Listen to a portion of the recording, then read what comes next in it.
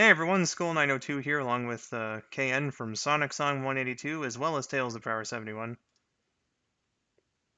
Hello. And we're going to be joined by other assorted friends at some point, I would imagine.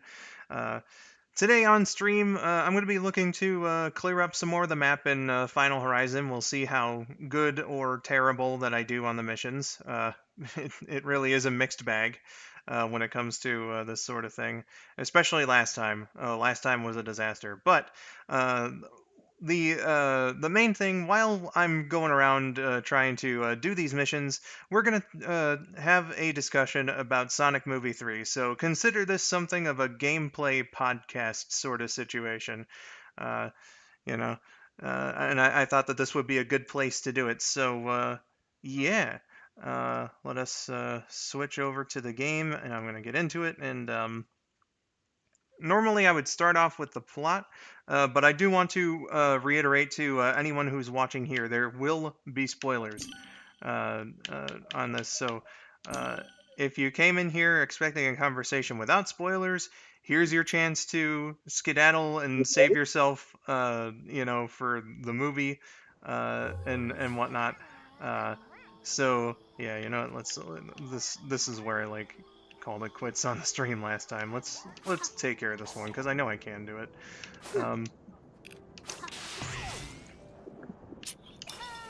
I never actually got the chance to play the DLC, so I have not witnessed Amy's gameplay. oh, well, Look at her fly! here's your Spoilers. chance. Spoilers, KN. Spoilers. I know, right? Look at her go! Um, so first things first. I guess I'll mention the acting. Let's just get that one out of the way because, like, acting is a pretty relatable thing, I think, to all of us here, in one way or another. How do you guys think of the cast and their performance in the film?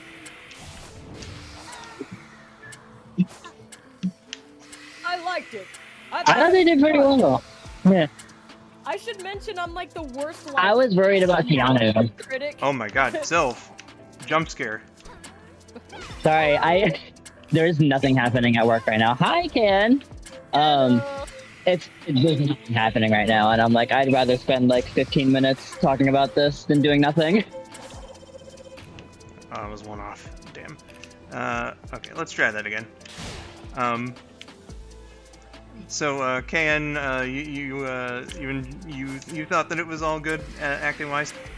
Yeah, I should say I'm like unless something's like glaringly wrong or annoying, I'm not the best like critic or analyzer of films. I think that I tend to go into things with basically exactly the right expectations most of the time. I know who's making it, I know who it's really targeting, and so I generally don't like show up to something like massively hyped and then end up disappointed or annoyed by stuff.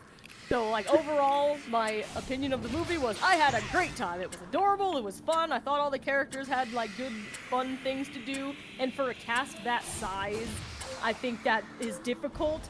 You know, not everybody got to do as much, but I feel like they didn't, like, just ditch any, like, the really important characters that you wanted to see, even though they had to cram in a lot for that period of time. And Right. I thought that the performances by the voice actors and the characters were all very nice. I didn't find that anybody was taking me out of the movie. I just sat there and stared at it and had a grand old time. I was totally in it. Yeah, buddy. TTP, how about you? I'm with KN a little bit. Like, I'm definitely not the best when it comes to analyzing film or anything like that. I mean, I do have theater experience. I spent high school and part of college studying theater, being in productions. In fact, I went and studied theater production in London, England's West End, for about a month. And so I have stage acting experience, but being on stage is very different than film. Because film, like if you mess up, you can reshoot the scene. When you're on a stage, it's one and done. Like you get one shot and that's it. And if you blow it, any mess up blown. can ruin the entire thing. Yeah. Exactly. You gotta cover it up. Exactly. Yep. Or you improv. And Yeah. like you improv it. Like just real quick. I don't want to get too off topic, but we actually had part of our set collapse during mid-performance. Part of the set collapse. We were doing a production of Sound of Music, and we the part of the house collapsed, and our Captain Von Trapp walks out on stage and just said, "Don't worry, folks, it's an old house." And like, of course, everybody just laughed. I mean, it was just perfect. I mean, without missing a beat, he just came out and did it. It was fine. Nobody was hurt or anything, and we continued on just with a partially collapsed house. The point is that I'm trying to make is like, film acting is a little bit different. But in terms of the performances from the actors and everything, I think everybody did a great job. I too was, at first I was wondering how Keanu would handle Shadow's voice, but after like seeing more of the trailer, and then definitely after seeing the movie twice now, I can definitely say Keanu definitely fits Shadow's profile very well. I'm very pleased. I think Keanu gave Shadow a voice, gave Shadow justice, and I thought the performance was absolutely well executed by Keanu. And I'm with Can as well. I think everybody else did a great job. And I think Agent Stone, the actor Lee, and I am not going to try to pronounce his last name because I can never get it right. But Lee did a great job once again as Stone. Always. And Jim Carrey, of course. Like, I wouldn't say I'm the biggest Jim Carrey fan, but Jim Carrey is Eggman. Just wow, like it's just a perfect role for him. Yeah. For reals. Yeah. Absolutely. And again, sum it up, everybody did a great job. Sylvia? Yeah, I was thinking the same thing. I was worried about Keanu when the DLC for Shadow Generations came out, because you could sort of tell that Sega really couldn't afford to keep him in the booth for longer than like one take per line, because they weren't that great. And it made me worried a little bit, but I figured, Paramount's keeping him there for multiple takes. They're actually paying to have him there. Like, he'll do a good job. And having seen the movie thrice now, yeah, I can say that he did a really good job with Shadow, and I think it works for the movie version of Shadow. Yeah, I'm kind of with like everyone who fan casted Keanu. Back in the day, I was all for it. I thought that he was like the choice for Shadow. So absolutely zero disappointment there. And I thought he killed it, to be honest. Except, like, there's this one that I always had a problem with after, like, seeing the trailer. Like, the You're a Colorful Bunch. I thought, like, man, he kind of, like, breaks his voice on that line, and it's like... He does a little You're a bit, colorful bunch. There was Yeah. one line that bothered me a little. It was, after Maria hit the can, because he is like worried. He like comes to consciousness, right? He sees her on the ground, and the way he like shouts her name felt very melancholy, as opposed to being like super worried and attached like he would be to Maria at that point. I mean, I don't know. I didn't really think that it was ill-fitting during that part or anything. No, it wasn't the worst thing. It was a very small thing that I noticed, but I think just personally I would have preferred just a tiny bit more of emotion there in the shouting of her name. I wanted to ask you, did you notice the crack? Oh, I'm sorry. Crack? What broke? The crack. I was just gonna say, shout out to Idris Elba's Knuckles. It's Yeah. Idris Elba has like such a deep, serious voice, so whenever he's got Knuckles just being a complete goof, sometimes I'm It's like, so it's good. adorable. And him being able to do both is nice, because Knuckles, you know, was not the main character at all of this one, but they didn't. Like, I know in a lot of contexts, they tend to leave Knuckles behind. That's happened in the games before and stuff, because it's because like, Shadow gets introduced to stuff, and then, like, you know, Sega or whoever's writing, like, oh, well, we don't really know what to do with Sonic's original rival, Knuckles, now, so we're just making some idiot running around. But, like, please no, he's my favorite. I love him, and he's much more nuanced than that.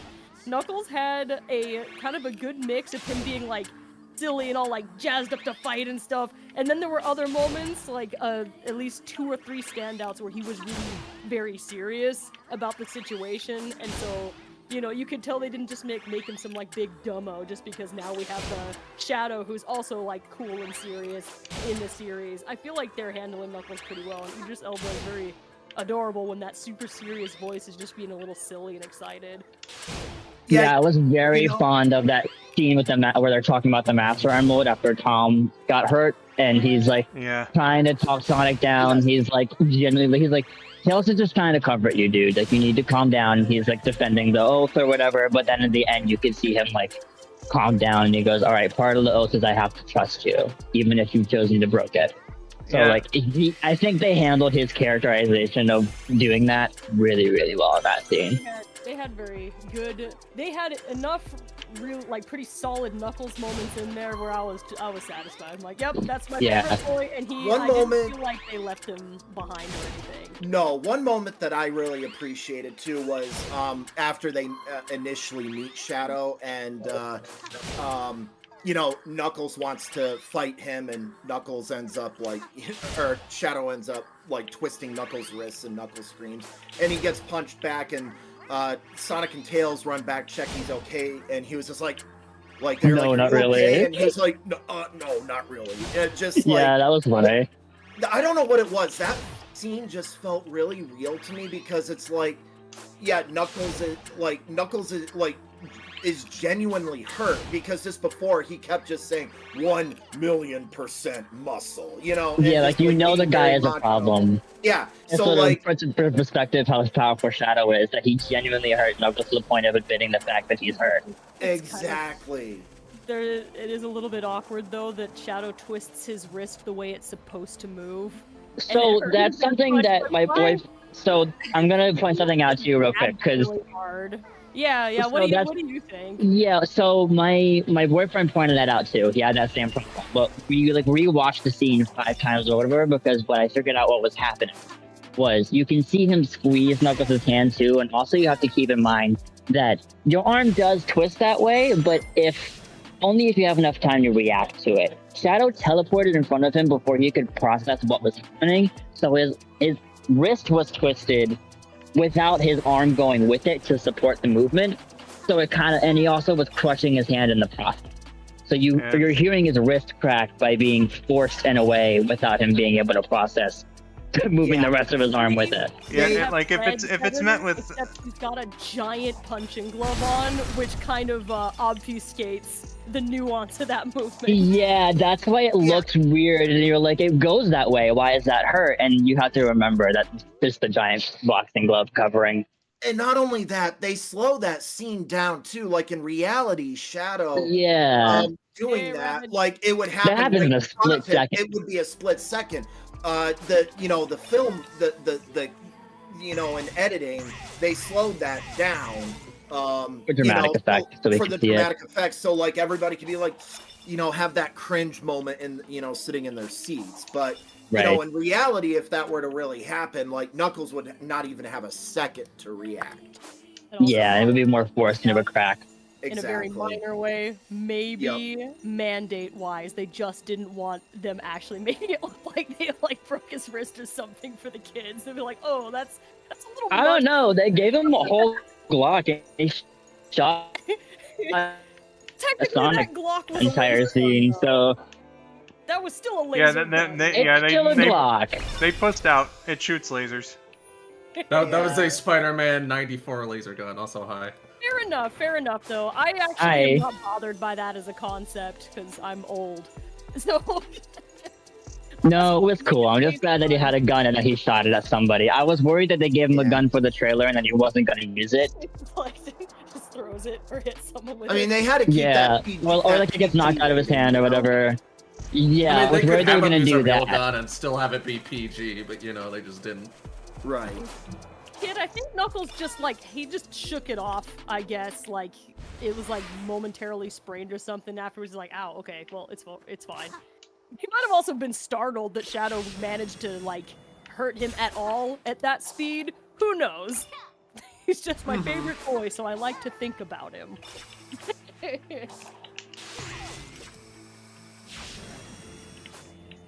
Shame the bike and gun was only a few minutes. Yeah, I know. I was hoping for more bike and gun, but... At least they used it in, like, it was, like, a really cool scene. So they gave us something. After seconds. It was. Yeah. They crammed a lot in there, and I feel like they did good work with the amount of time they had with the bike. But it's too bad it didn't come back again. Right, I agree.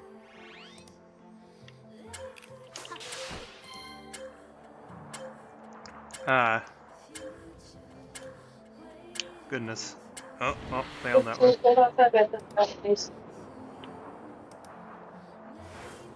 Sorry, what? Just hear loud clicking from Rabbit. Sorry.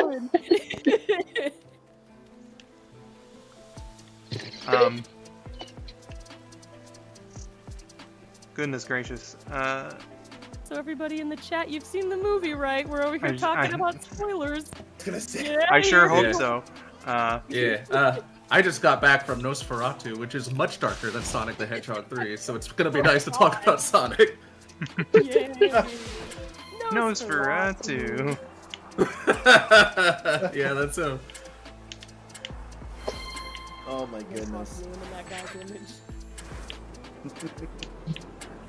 Blainstorm 1 said thoughts on the Shadow and Maria flashback. Oh, yeah. They didn't Which shoot one? Maria. 0 out of 10, rather. No cheering whatsoever. You know, I think they did what they could without pestering people, angering them. You know what I mean? What do you think, Skull? I thought that the way that they portrayed Shadow and Maria's budding friendship was like a pretty original take. But still... I thought they did a good job, especially considering she had like a little screen time. Yeah. I agree. The idea that I don't think that she was like sick or anything. No, she was just there. No, because they didn't Gerald mention takes anything. her She just everywhere. existed. That's one thing I think that they could have maybe said a little more on. In terms of it's like I think they just softened a lot of. I have a whole thing about that. Violence, trauma, and tragedy of that backstory. For the movie universe, it was much gentler. Like yeah, so I will say this. I like. It sort of feels weird because Shadow was literally made for the purpose of curing Maria, but Maria doesn't even have the autoimmune disease in this universe, and he kind of just fell from a meteorite. Yeah, he's like some alien from Sonic's dimension. Yeah, I'm assuming came from like a comet that maybe they're trying to set up the Black Arms or something. Yeah. Yeah, that's what we're thinking. But what I'm saying is like part of why the story hits so hard is because he was made to cure her and couldn't save her. And now that element is sort of gone, but it sort of works for the movies because then it was a lot easier for Sonic to relate to him when he lost Long Claw. It would be a lot more difficult for them to be on the same level of I lost a family member and it affected me if there was that extra layer of Shadow being made for Maria and her being killed in that way. Like, it would have been a lot more of you don't understand what it truly feels like and a lot less of, yeah, I get that. I shouldn't let that change who I am inside. Yeah. And another thing is that I've seen some people online talking about this is that Shadow has a lot more autonomy in this because like Gerald didn't fiddle with his memories or anything, so like his like need for revenge is his choice, and him like redeeming himself is also his choice. Yeah.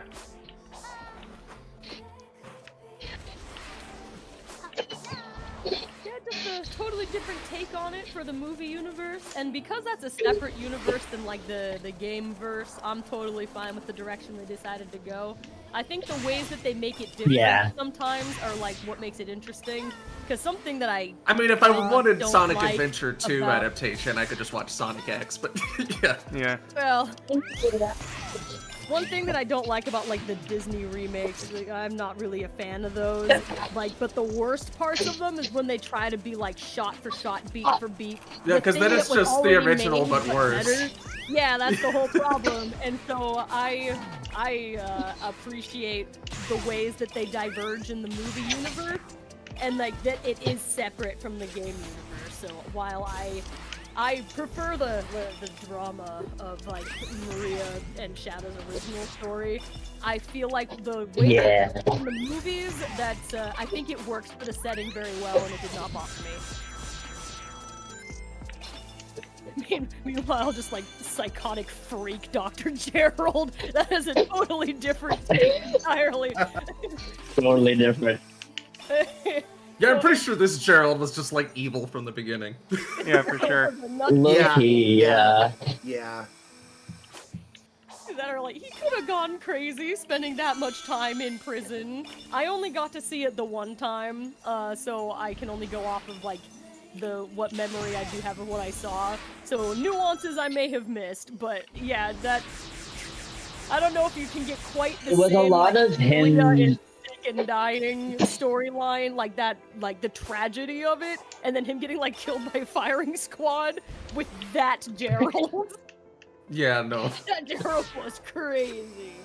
Notice, so Crazy.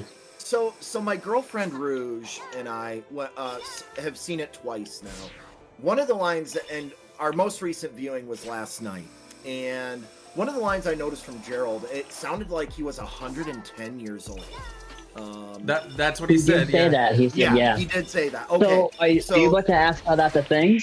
Like how that was a thing, because like if he's just spent, like he said he was in prison, okay, fine, fair enough, but was he in stasis? They did explain it, but like it's not in the final movie. Like that. Yeah, there's a deleted scene where you see him in the prison and he takes a hit from Shadow's quill, and it's explained in that little scene that the chaos energy from Shadow's quill is what extended his lifespan. Okay, see, I missed that. Okay. Well, you had to have, because that was not in the movie. That got removed, so we only found out about that like from looking around on Twitter and Yeah, from articles, looking at stuff. It wasn't in the movie anywhere.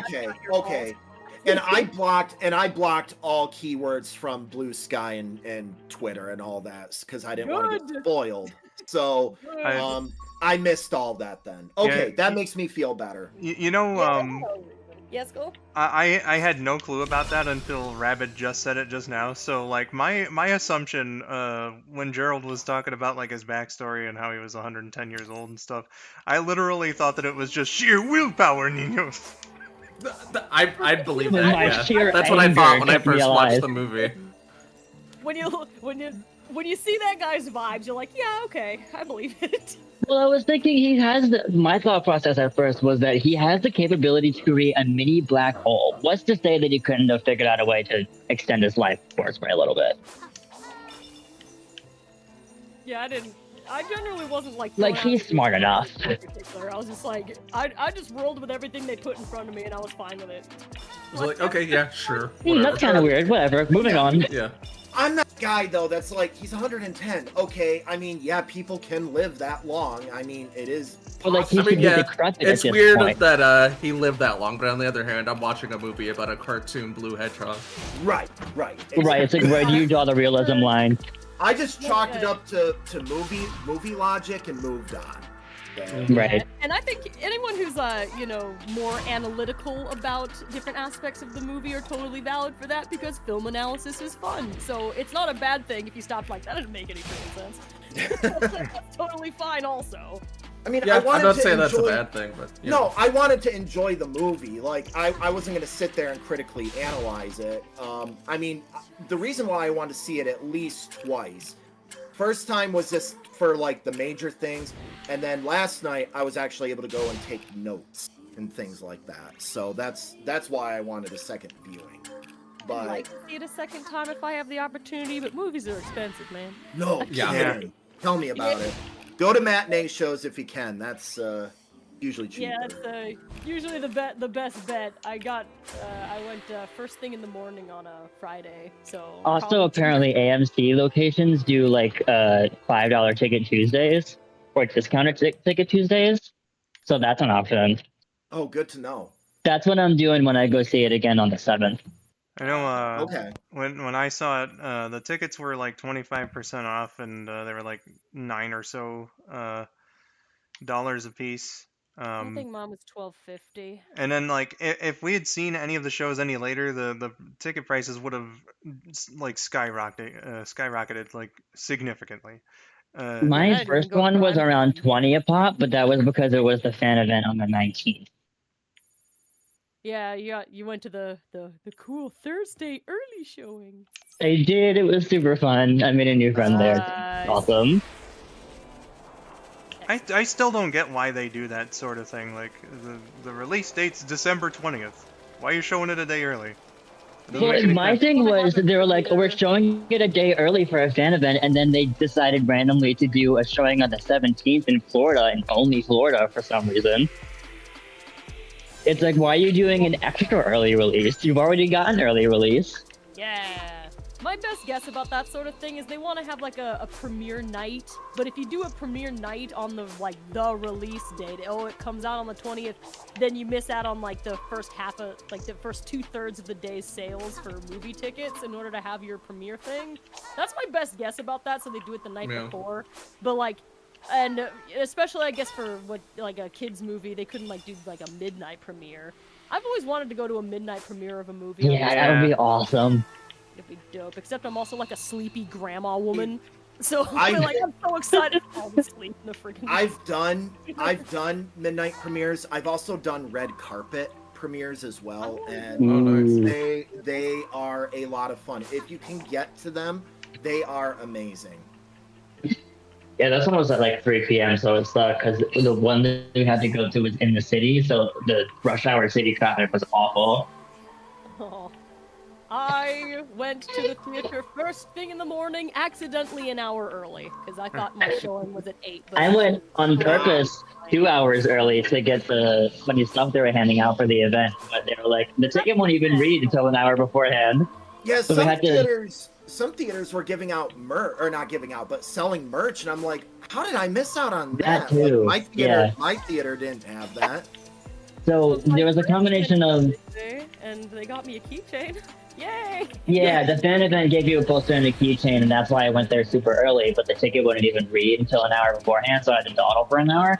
But on top of that, they had like a Sonic combo or whatever, where you could get your popcorn in a little holder with all the characters on it, and you got a choice of your character for like the top 2, and there's like a little statue of them on top. You could also get a smaller popcorn and a double-sided Super Shadow, regular Shadow popcorn holder, and then there was a movie Sonic head that you could get an extra large popcorn off of. I gotta see what kind of swag Vinny got. Yeah, He would have been into all that stuff if he could, like, if they were available to him when he went. I went to AMC and they had like the popcorn buckets and stuff of that sort. What I wasn't expecting was they were also selling T-shirts. Yeah, Mine I saw that had too. plushies as well. Yeah, like I saw Sonic Tails and Knuckles around. Regal is selling plushies and stuff online. I got those. I got the 4 boys and a blanket. Man, theaters suck around here. Sorry. Well, the Regal stuff is online too. You can look it up. You can still get stuff. Gotcha. Still not quite the same as going to the movie theater and getting a freaking blanket. Yeah. Well, no, I got that online, but that would be cool if I got the blanket at the theater level. Yeah, fair enough. Yeah. If you have any interest in working with clothes tomorrow, okay? It's so like weird instead of to hear your coworkers all around as we're having this conversation. My coworkers. What did they think about Sonic 3? So, Skull, you asked us one question so far. What did you guys think about the voice acting? And Oh we've yeah, been running amok for a while since. Did you have another one you wanted to ask? yeah. You know, we've just kind of been flying off the seat of our pants, which is way different than the way I thought this was gonna go. But You got a bunch of nerds talking about our nerd Yeah, favorite interests. various So. various aspects. Yay.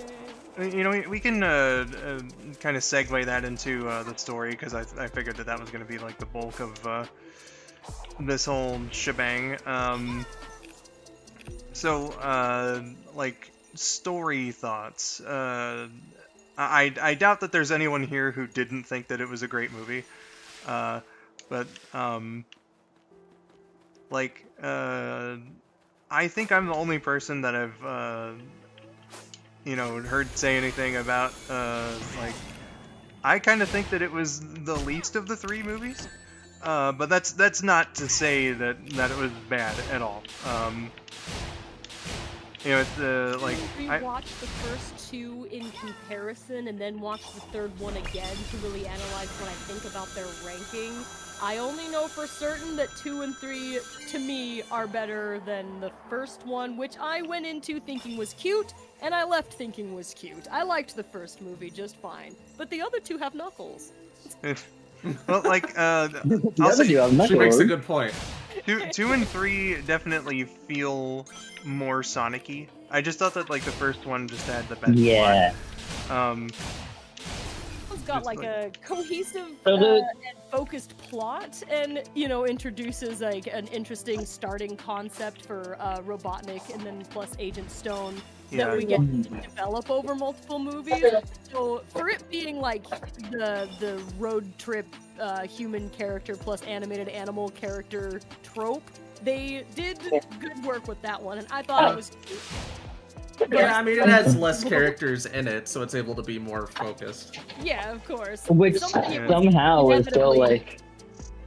Inevitably, Sonic 3 was going to have a lot to try to balance because Sonic 3 has a ton of characters, and they're all fan favorites. Everybody loves all these characters that they've been like crammed in here, and so it was gonna be difficult. I found that I was reasonably satisfied knowing that going in, like how they used everybody.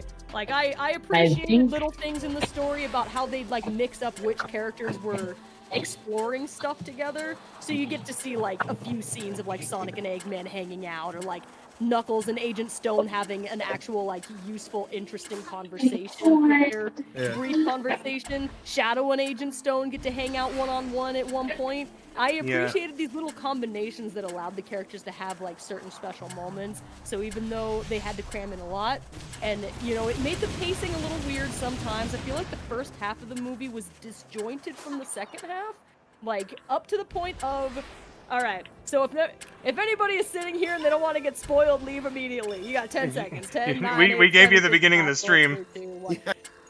The part that the movie has like the part where it sort of like switches up is before there's the movie before Tom gets hurt, and then the movie after Tom gets hurt. Yeah, The thing is like the yeah. gun fortress or the gun offices. Like it was like a different movie up until that point, and then it totally like switches over, which is weird pacing wise. Some characters disappear from the plot at that point that you would think, like, can we have at least one more like shot of like the gun agent girl? What was her name? Like Kristen Ritter. The Yeah, like actress? she's just like after the invade the base, she's just gone from the rest of the movie. Yeah, they had to get that's her out of there fast too. It was like basically Really, she the- was important, and then she's like, oh, okay, and then totally gone from the movie. Yeah. And I Really, mean, like, it feels like there's as little of the human character aside from Jim Carrey as possible in this. yeah, and that's a lot of Jim Carrey. There was enough Stone for me to be like satisfied, and Yeah, I Stone think was in there that a decent I liked amount. how they used oh my god, Pretzel Lord and Donut Man. Tom and Wait, Maddie, Donut yeah. Lady. Maddie. Donut Lady and Pretzel Man. What are the nickname? Yeah, what I was. Tom and Maddie. There we go. I was like, Mark. His name's Mark. I was I'm like, gonna "No, it's say not."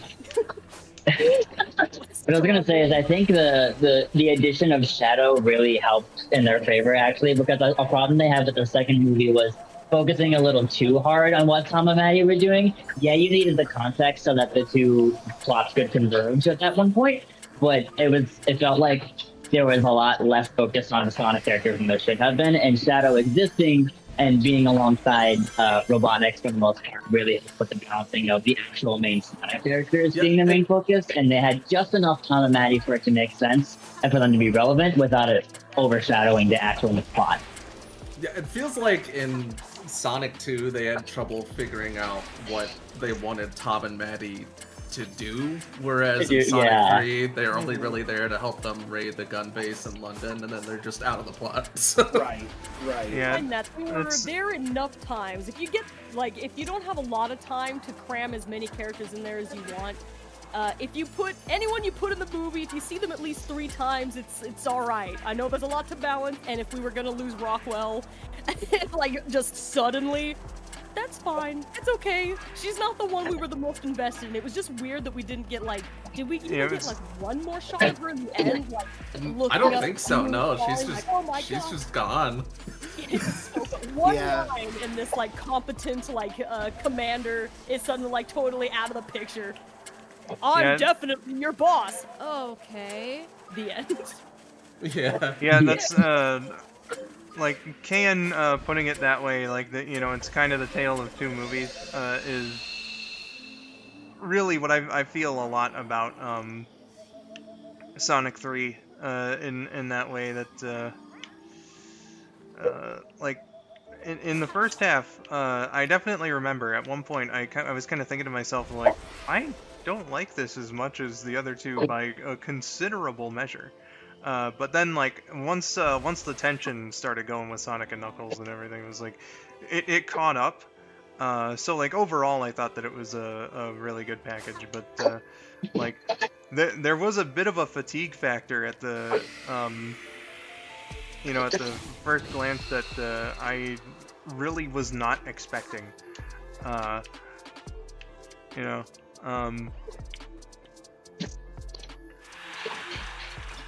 That's fair enough, man. I sat there and stared at it all starry-eyed the entire time. Oh, However, God, I can admit it wasn't perfect. I was just having a great time.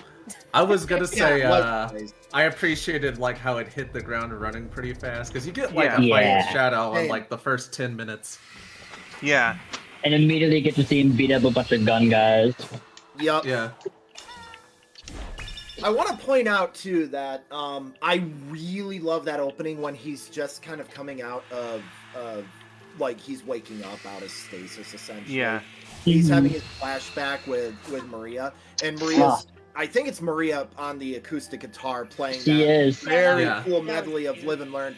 I was looking, unfortunately, so good. That acoustic set is not in the official soundtrack, so I've been I noticed that. I've been scouring YouTube, and I think I found it, and one of the first comments on the video is here we go, Maria, who knew Maria would invent industrial rock in the 70s? I appreciated that comment so much on that video. We've pointed out also that because it's in the 70s, that if Maria wanted to play a video game with Shadow, one of the only mentions would be Pong.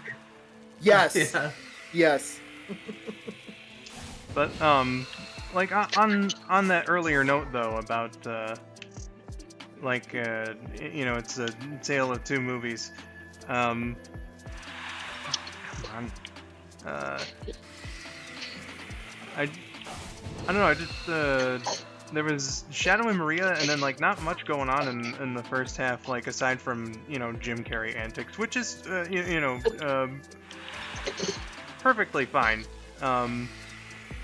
Sort of building the tension a little bit, trying to figure out what's going on with Gun, what's going on with Shadow.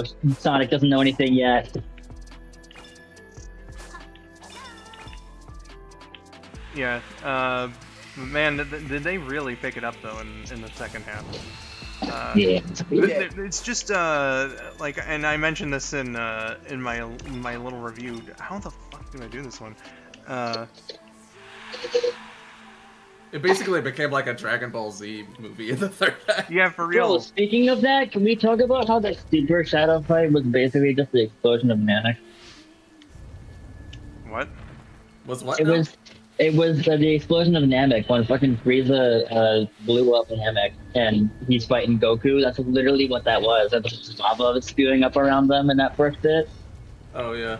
Oh yeah, yeah. Going back to the OST too, I today found out where they hid in Escape from the City in the soundtrack, because and you can see in the credits that they used it, but everyone was like, "Where the fuck is it in the OST?" Yeah, I was like, oh, Escape from the City's in this movie? I never heard it. So Yeah. it's in the track called Gun. What's it called? It's called Gun something. It's in like the very middle of it. So at about like 18 seconds, you can hear the instrumental of where like it would start doing the "Follow Me." You can hear it again, sort of, at 32 seconds, and then also at 49-50 seconds, you can hear like the ending of the jingle of that song, where he goes "Follow me" at the end of the voice, at the end of the verse. Yeah, there's little tidbits in there scattered throughout that instrumental there. Gun control. Interesting. Gun control. Yep, that's the one. Yep.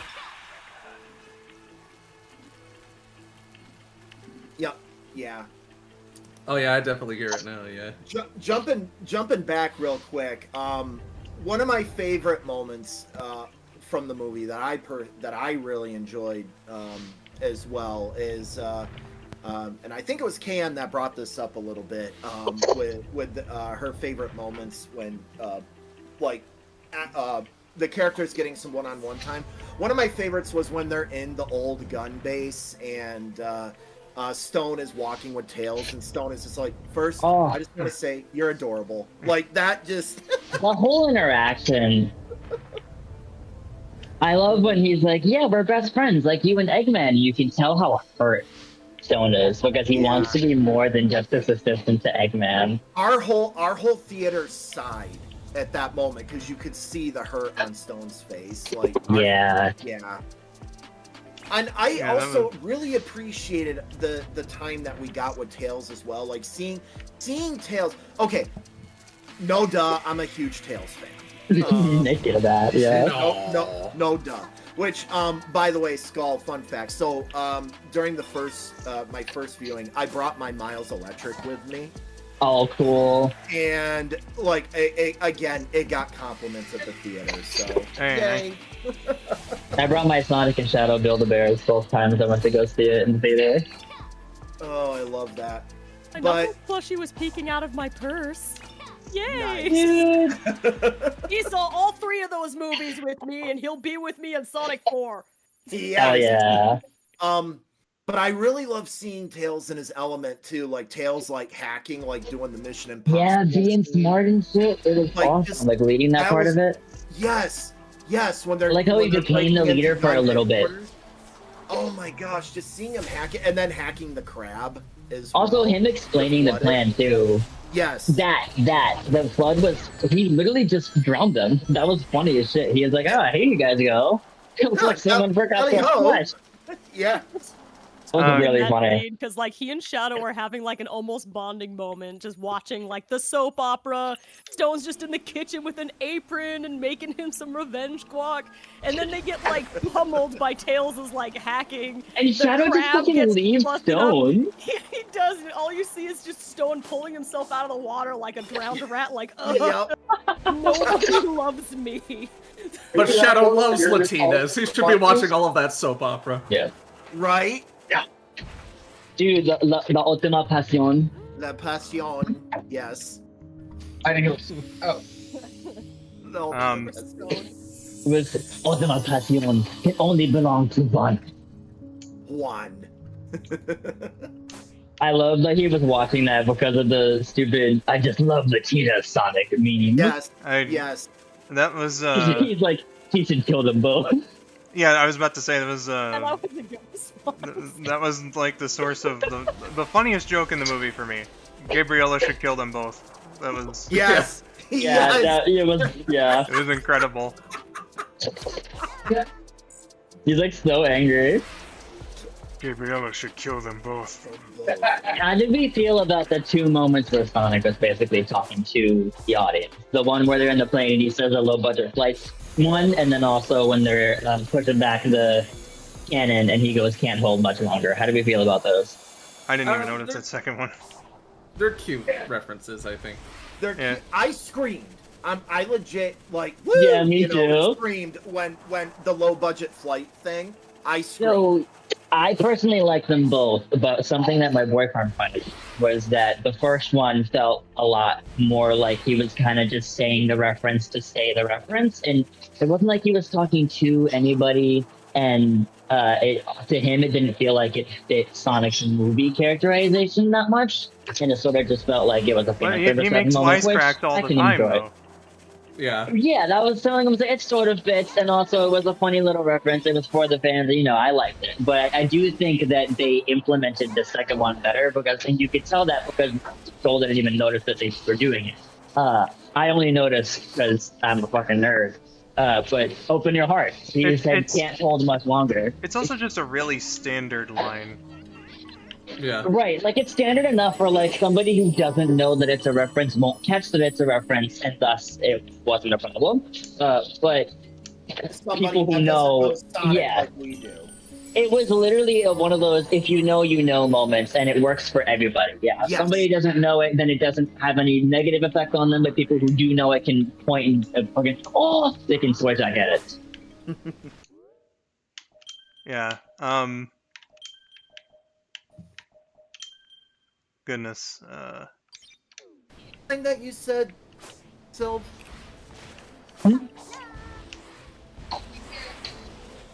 Yeah, you said there were two lines, and I'm trying to remember what the other one was that you said. Low budget flights, and when they were pushing back the laser, Sonic said can't hold much longer. It's an open your heart line. Yes.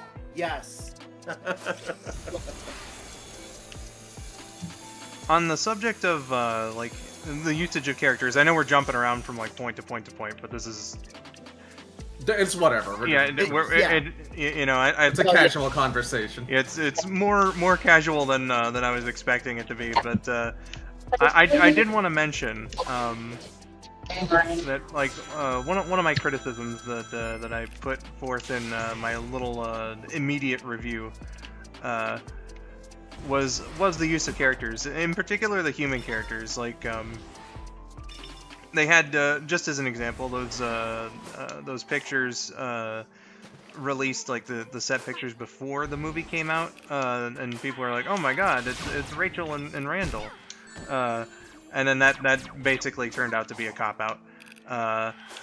They had no excuse to like put the actual Rachel and Randall in the movie, but I guess I was when I saw them in the trailer, I was worried. Like I was like, how are they going to implement them and Tom and Maddie with all these other like movie characters going on? How much screen time are they going to get? I was also worried about them doing too much with them, like they did in Sonic 2.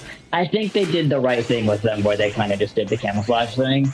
Didn't know that Rachel was part of Gun, but I guess that works. It's because her husband guy that she was marrying in Sonic 2 was Randall? Yeah, I know he was. Like, her being like... Her being allowed in is just nepotism, basically. I guess like I come from a military family. You get like a special ID card and stuff when you're the spouse of someone who's in the service. Uniform now? Like, they were pulling. She was pulling like that sort of thing. Like she wasn't really of rank, but she's like, I'm the wife of this important man. Well, I thought that was funny. She did As have... a person who works in customer service, that's not how that would have ended, but I think it was funny. Not, but... she did have like the uniform though. I just think like maybe a scene, even if it was just like say two sides of a phone call or whatever. You know, just have her in there like a little bit, right? Just to establish, oh hey, yeah, I joined him in the military, you know. If somebody in the like, office and you show up on, like, if you come by Monday morning with your husband and they're like, dude, you were such a jerk at the desk. Don't worry about it, Rachel. It was me. Cover for me. Family, right? Like, I just feel like you know, some more explanation could have gone. I know that there was some speculation before the movie came out that that JoJo, the kid, might Yeah. might have some influence on Shadow, which I thought would have been a logical conclusion. I But totally forgot she existed. I wonder if that speculation online though made it too predictable, and they just didn't do it based off of that. That's entirely possible. They Yeah, might that'll happen bring that sometimes. back around in Sonic 4. They're gonna have to have something for Shadow to do while he's working on learning how to move on. Right. So I could see them bringing that back around. I'm sure there's Well, here's my 100% gonna be thing, is like a that- Shadow Those are series on like way Paramount older Plus or now. whatever. Yeah.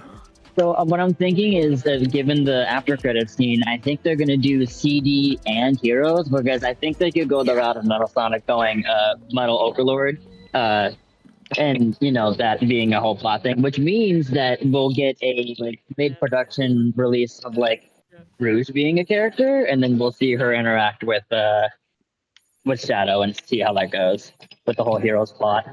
Maybe. Yeah, that'd be interesting. Gosh.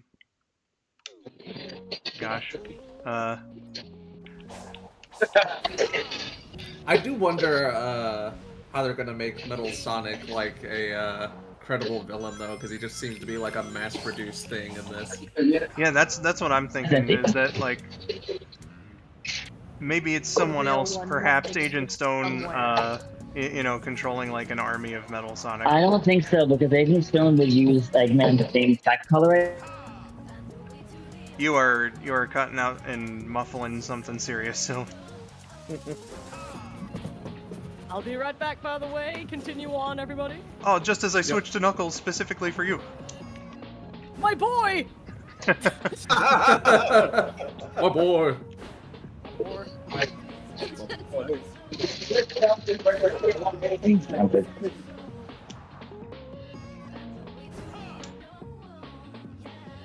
Gee, I hope something sure pops in. Pop in this game? There we go. What are you talking about? Yeah. You see Neo Metal being the leader of the army. Yeah, I think it would be cool to kind of like get an evolution for Stone like that, especially because now it's presumed once again that Eggman's dead, and we don't know if Jim Carrey's gonna sign on for the fourth one. Yeah, if they were gonna send him off, this was the way to do it. Yeah. I agree. I feel like this is probably it. However, like speaking of the send off though, can we talk about the live stream? I'm not gonna lie, I was really hoping he was gonna say I've come to make an announcement. You know, I was really God. hoping that they Oh, I would wasn't thinking about that. I was thinking about him like being a little bit more affectionate towards Stone, because you know Toxic Yowie. No. I appreciated it. I appreciated what came out of the final broadcast for Eggman. Yeah, it felt very in character. Yeah, absolutely. I just was wondering, like, if during that moment, like, if just a little nod to Snapcube was gonna occur. But I do think that you never could even argue crossed my that. mind, honestly. I do think that you could argue that a couple Snapcube references were made, like when Sonic called Shadow Hot Topic. Just very generic things that could slip by, and like nobody would notice that it is a Snapcube reference, but you could argue that it is one. I don't think calling him Hot Topic, like, he mentions Hot Topic like one time in one of the videos, and everybody just remembers Eggman from that video, so it's like, you know. Alfred is insane. Knuckles, if you could just land on the fucking platform. No.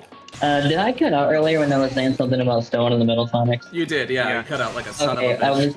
I was saying I don't think they're actually gonna go that route, because if Stone is controlling the Metal Sonics, he would use Eggman's color. There would still be white and red, and the Metal Sonics aren't. I think maybe it's Rockwell holding a grudge against Sonic and the other aliens that he likes to call them, and it's gun tech. Maybe. I mean, that'd give her It's very something to do. monotone. It would, yeah. right? Yeah.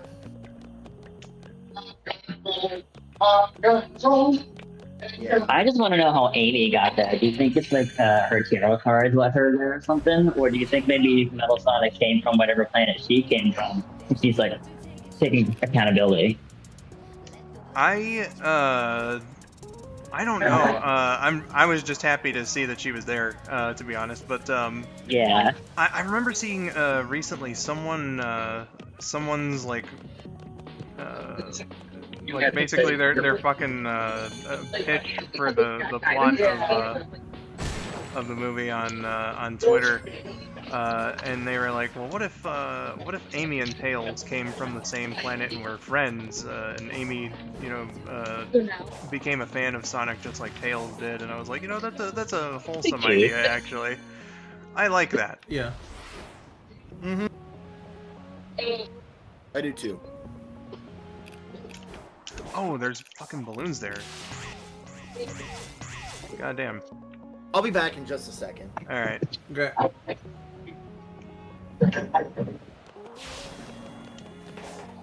Also, I realized I've been doing this on easy the entire time. I meant to switch back to hard. Except for when I climb the tower, because fuck that tower.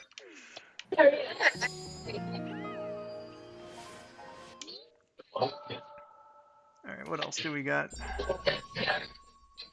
Thank you. Well, I'm seeing this over here. But yeah, no,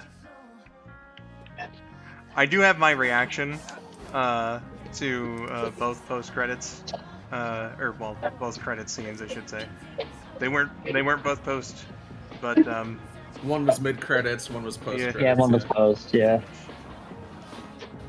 Semantics. Semantics.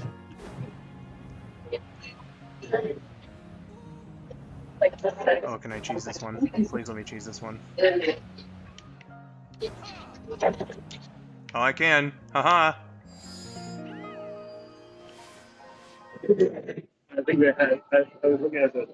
I am so sorry that we haven't been as noticing of the chat. I did see Trip in here earlier and that he was going to listen to us. I appreciate that, man.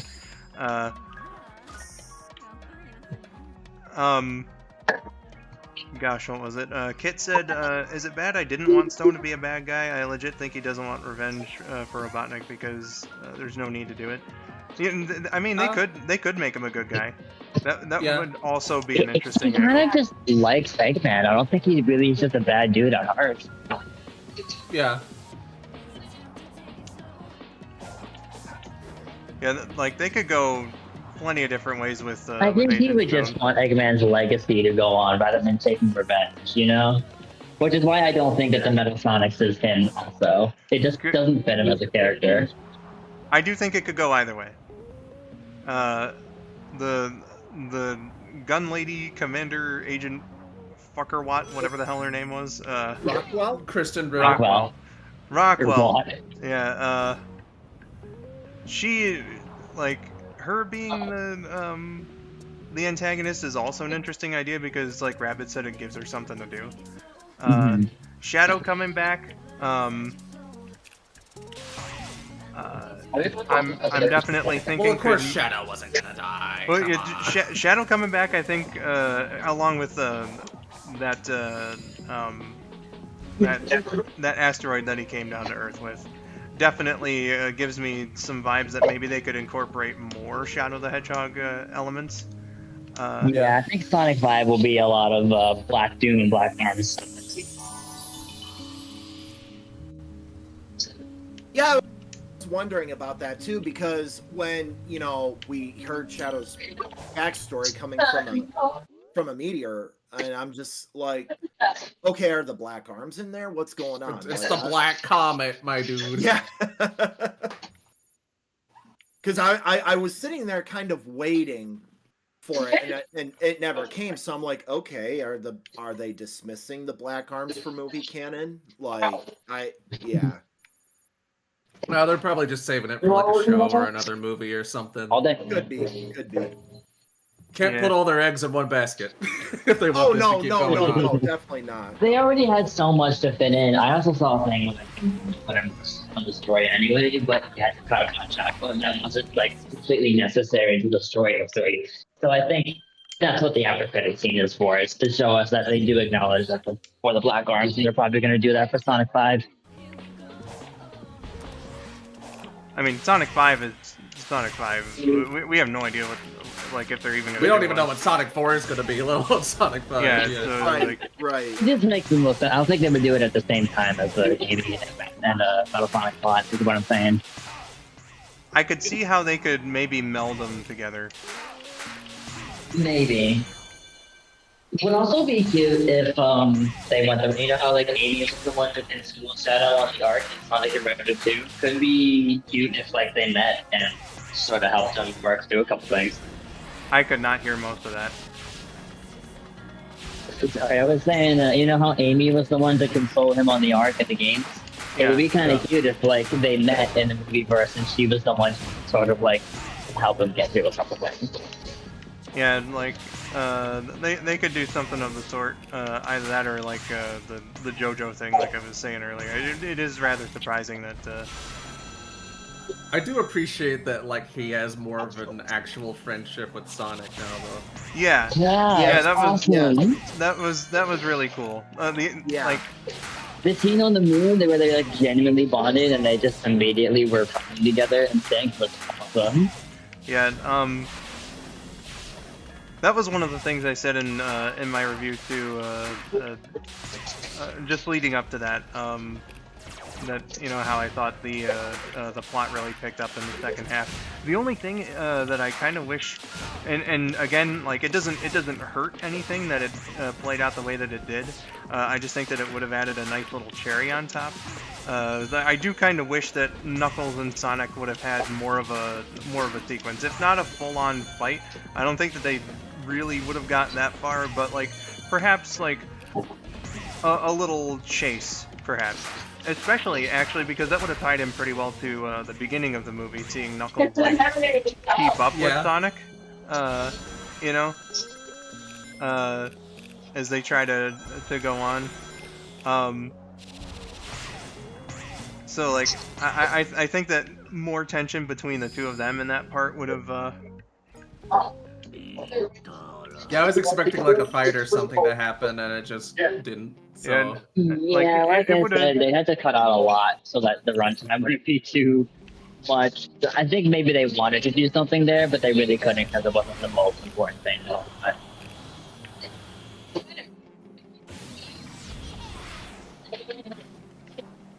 Cutting it down to, like, the bare essentials, yeah. I do like the route they went with it, though, with Knuckles honoring the oath that they made and calming down before it re-escalated. It sort of shows how much of a brotherly relationship they really do have, that he wasn't going to let. I do like his he's more grudge. trusting now. Yeah. For sure. Yeah, I think they did a really good job with, like, Sonic, Tails, and Knuckles dynamic in this. Yeah, they did a good job with the brotherly bickering dynamic without it getting to a full-on fist fight for no reason. Yep.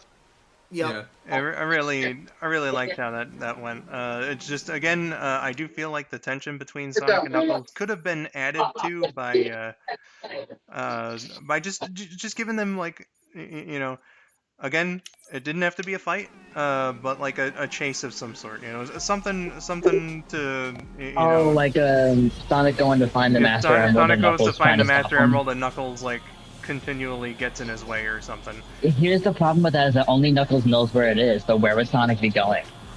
I don't know. Like, he's fucking pissed off. Angry people don't make, you know, rational decisions. So. Exactly. Yeah. Speaking, okay, going back to that, you know, the space battle and stuff like that, where Sonic and Shadow team up and, you know, they become buddy more or less. Yeah. Better friends. How did everybody, like, you, not just you guys, but the overall response in your theaters? How was the response to that Live and Learn remix? Like, my theater, like, definitely We were was screaming. excited. Yeah, awesome. We were screaming. I thought you were gonna say the Chaos Spear moment where he randomly pulled those out. That was I was insane. just gonna say that too. I flipped out when he did Chaos Spears. I flipped. Yeah, since I was at a fan event, we all understood that we're all very excited about this. So we were, it was socially acceptable to scream and clap and point at stuff. So like, it was very exciting. It was a very enjoyable experience. So we were like, when Sonic said the low budget flights line, and when Live and Learn started playing, and when they went super, we all were like screaming and clapping and stuff. My theater was pretty quiet for the most part, so I don't have Yeah, anything interesting to say. same. Like the only real reactions. Welcome back, AM, by the way. Hello. The only real reactions that I heard from anybody, I think there was some cheering for Amy, but that's kind of about it. Aside from sometimes you'd hear like a little kid be like, yeah, it's Sonic, and then their parents telling them to shut the hell up or whatever. But I know before the movie, somebody in my theater said, nobody better clap when Maria gets shot on screen. That's probably why they had her get blown up instead. Yeah. I do wonder, yeah. My Probably. I thought about that too. Like, I thought they handled it very well. That, Maria dying, I thought that was handled very well. Not to mention, like, this movie had a PG rating. I mean, how much, like, could you really show a gun soldier? I mean, they could have done the Maria? Shadow the Hedgehog thing where they, like, cut away right before she gets shot. Yeah. But... It never made sense to me why they even shot her in the first place, even in the game. It just sort of felt unnecessary. So, like, it makes more sense that it was in the movie. Yeah, the stray bullet, like, hitting the reactor core and causing one of the cells to blow up, and that's what killed her, You have to put the pistol in the nuclear reactor. I was just going to say I had a small theater group because I saw it like first thing in like the very first showing in the morning. So that wasn't like the high time for people to come by and watch a movie in general. So there were 4 of us. There was me, another guy sitting there very seriously. I got the vibes that guy might have been like some kind of a film critic. He was like sitting back there really focused. And then there was a dad and his little kid.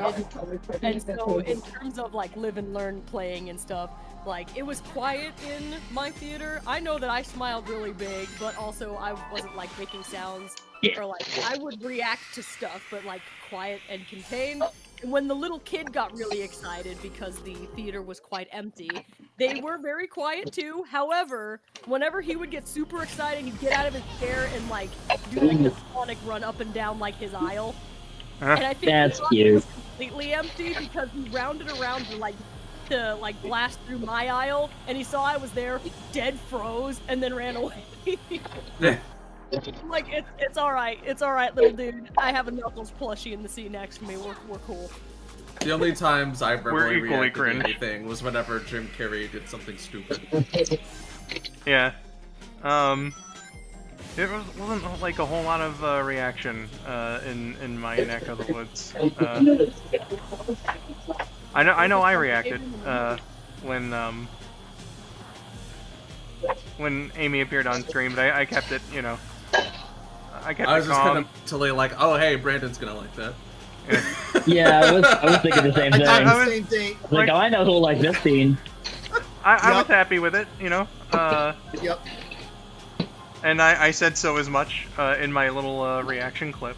But I wasn't gonna make it anyone else's problem, That's why I'm glad I went to a fan for my first showing, because we could all be excited. Everyone Yeah. knows what they're signing up for when they go to one of those. Right.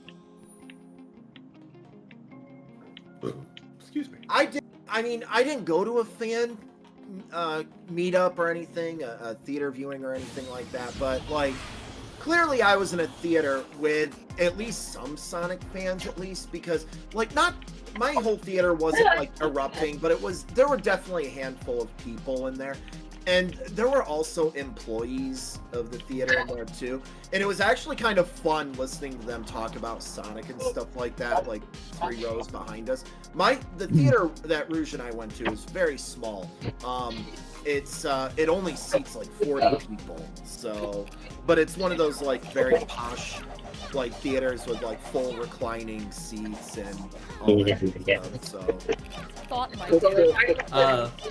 I know there were like a couple of adult Sonic fans sitting pretty close to me, because like after the mid-credit scene came up, they were like, I like how Metal Sonic's design is so good that it never had to change in anything. Like even in Sonic Boom, it's exactly the same. Right, yeah. Yep. There was a Sonic fan in like the workers even, because like I was going to go get some butter for the popcorn, and the guy saw my drip, and he was like, "Wait, is Sonic playing?" Like, yeah, there's fan events today. He goes, "Oh shit, I didn't know that release. I have to go see that."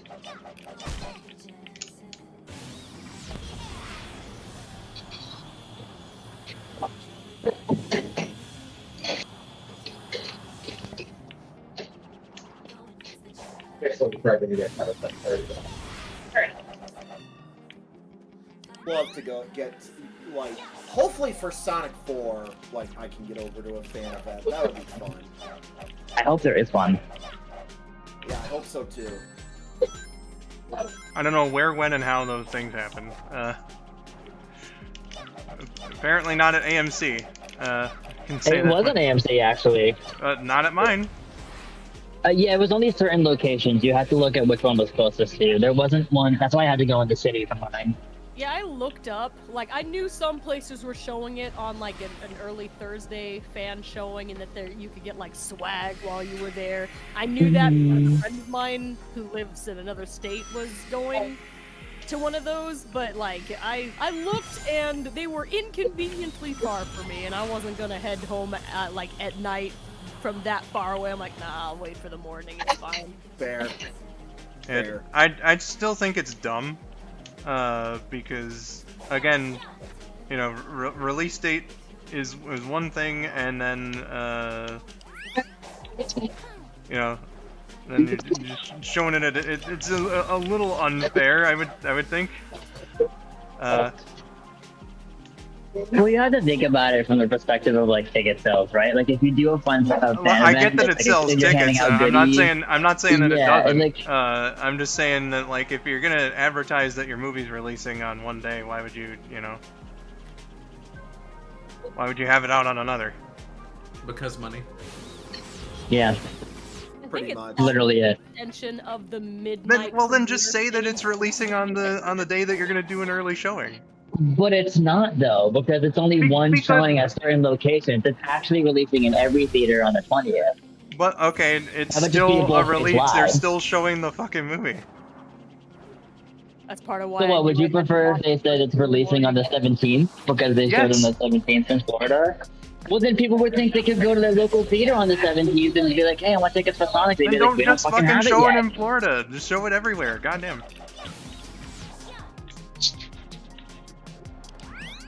This isn't hard. It's not hard to comprehend why they do that stuff. I get that it sells tickets. It's just dumb. That's a fair enough perspective. No, Skull. I've already told can Ruth tell that you're I dated. want to make a like whenever Sonic 4 comes out, I want to make a big deal out of it. Tell you what, Skull, I'll make a deal. Unless like you get plans with other peeps or whatnot. But we live close enough, Skull. Rouge and I will come and get you, and we'll go to a fan event somewhere. That'd be cool. Even if we have to go to Ohio, you know. Sure. Road trip, go. Road trip, Oh man, road trip. Skibbity Riz, Ohio. Shut up. So painful. My bad. I feel like I did a bus now. I'm too old for this kind of Costed. language.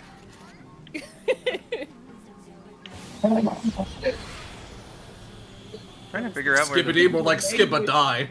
No. Let's give it die. this one thing. Is it like all the way down here? I wonder. Looks like there's some stuff I meant to. That reminds me of this video I saw recently of this teacher being like, "Huck Tua, what the fuck is this?" Oh dear. Don't look into it, Mr. Teacherton. I saw a Twitter post that was like somebody's like toilet thoughts. They were like taking a shit, and I thought, what? Shit on that thing. Oh, Sonic the Hedgehog.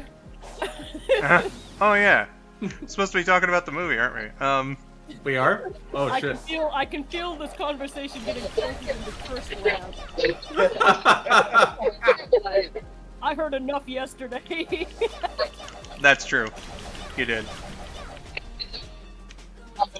Alright, back to Skibby the Hedgehog 3. No.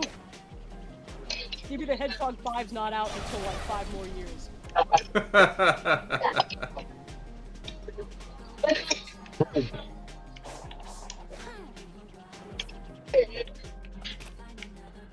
Oh, you know, M has a good comment here. My favorite part of Sonic 3 is when Pepsi Man appears and says it's Pepsiing time. Yeah, that was the best part of the movie by far. It really was. You know, I felt the emotion. It was so nice to see Pepsi Man after so long too.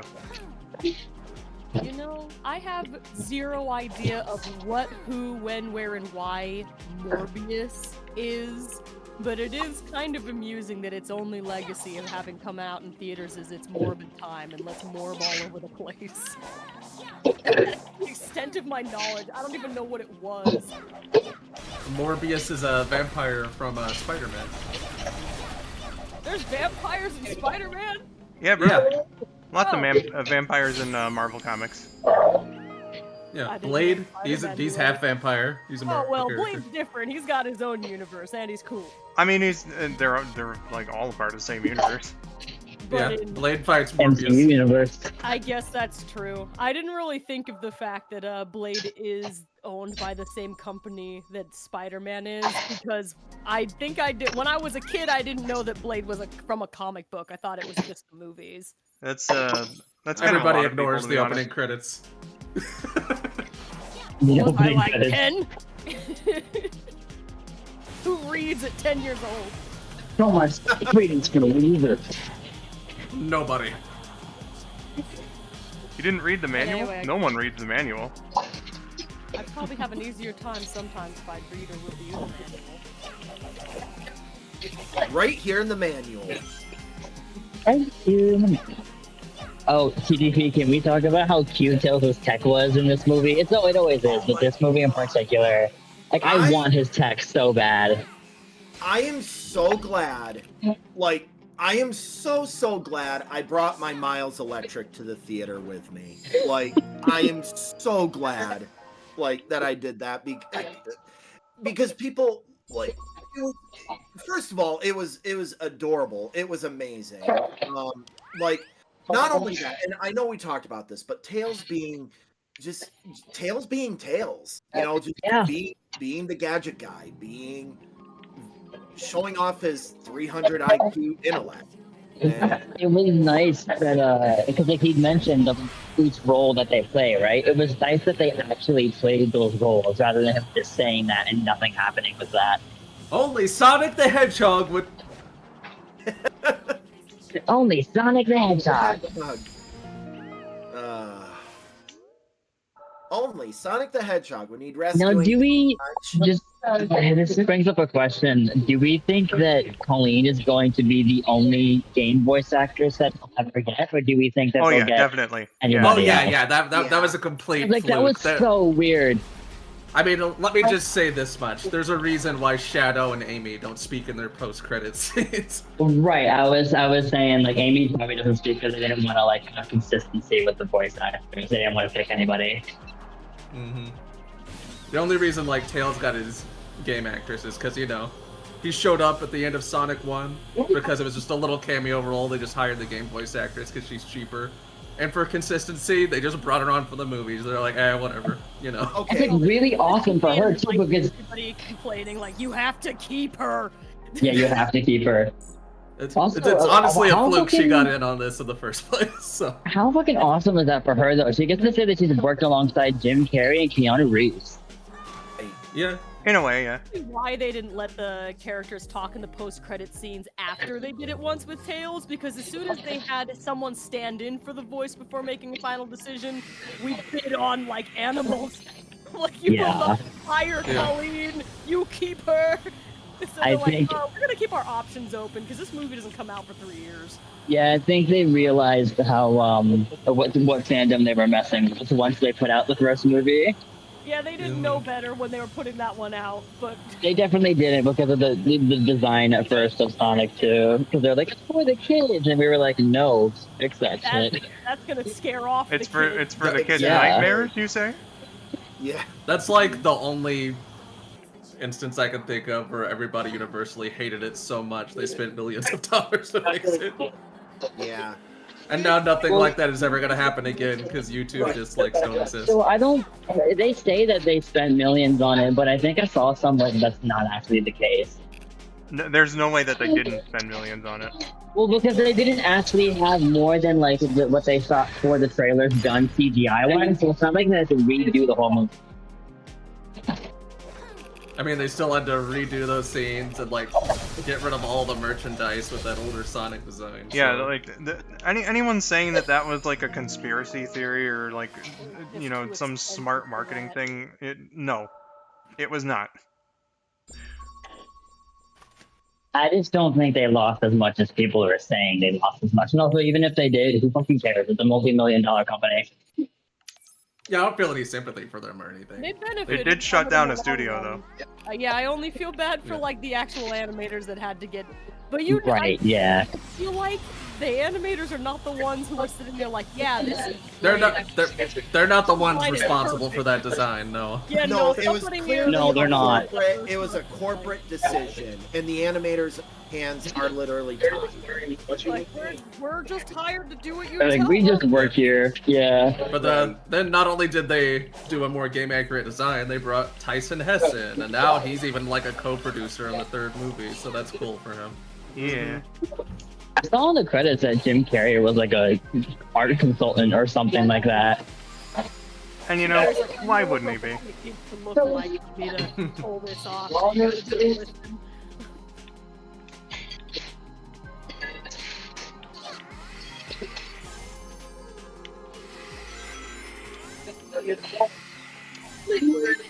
Kit was saying at least they listened to the fans.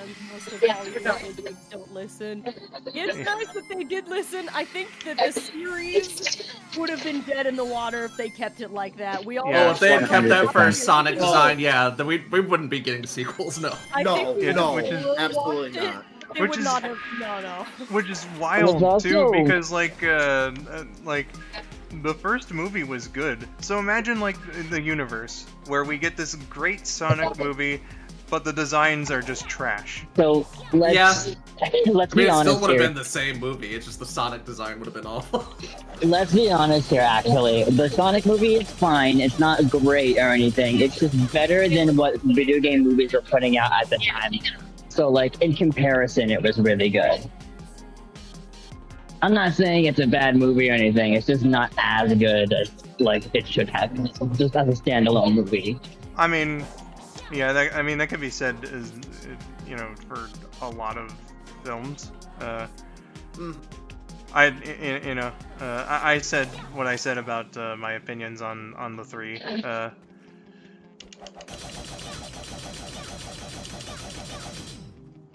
Maybe I should spec into one of Robert these H. other said moves. that's also probably why they put Amy in a cloak so they don't have to commit to a final look for her movie versus dress.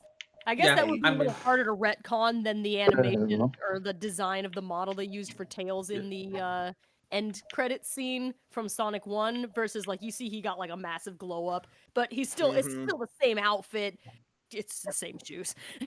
But like It's the same shoes, yeah. but if Amy shows up in like a dress and then like a completely different one, I think that probably would have been a little more Well, they really only have two options, and one of them doesn't make sense given that her quills are that of the adventure design where she has her red dress.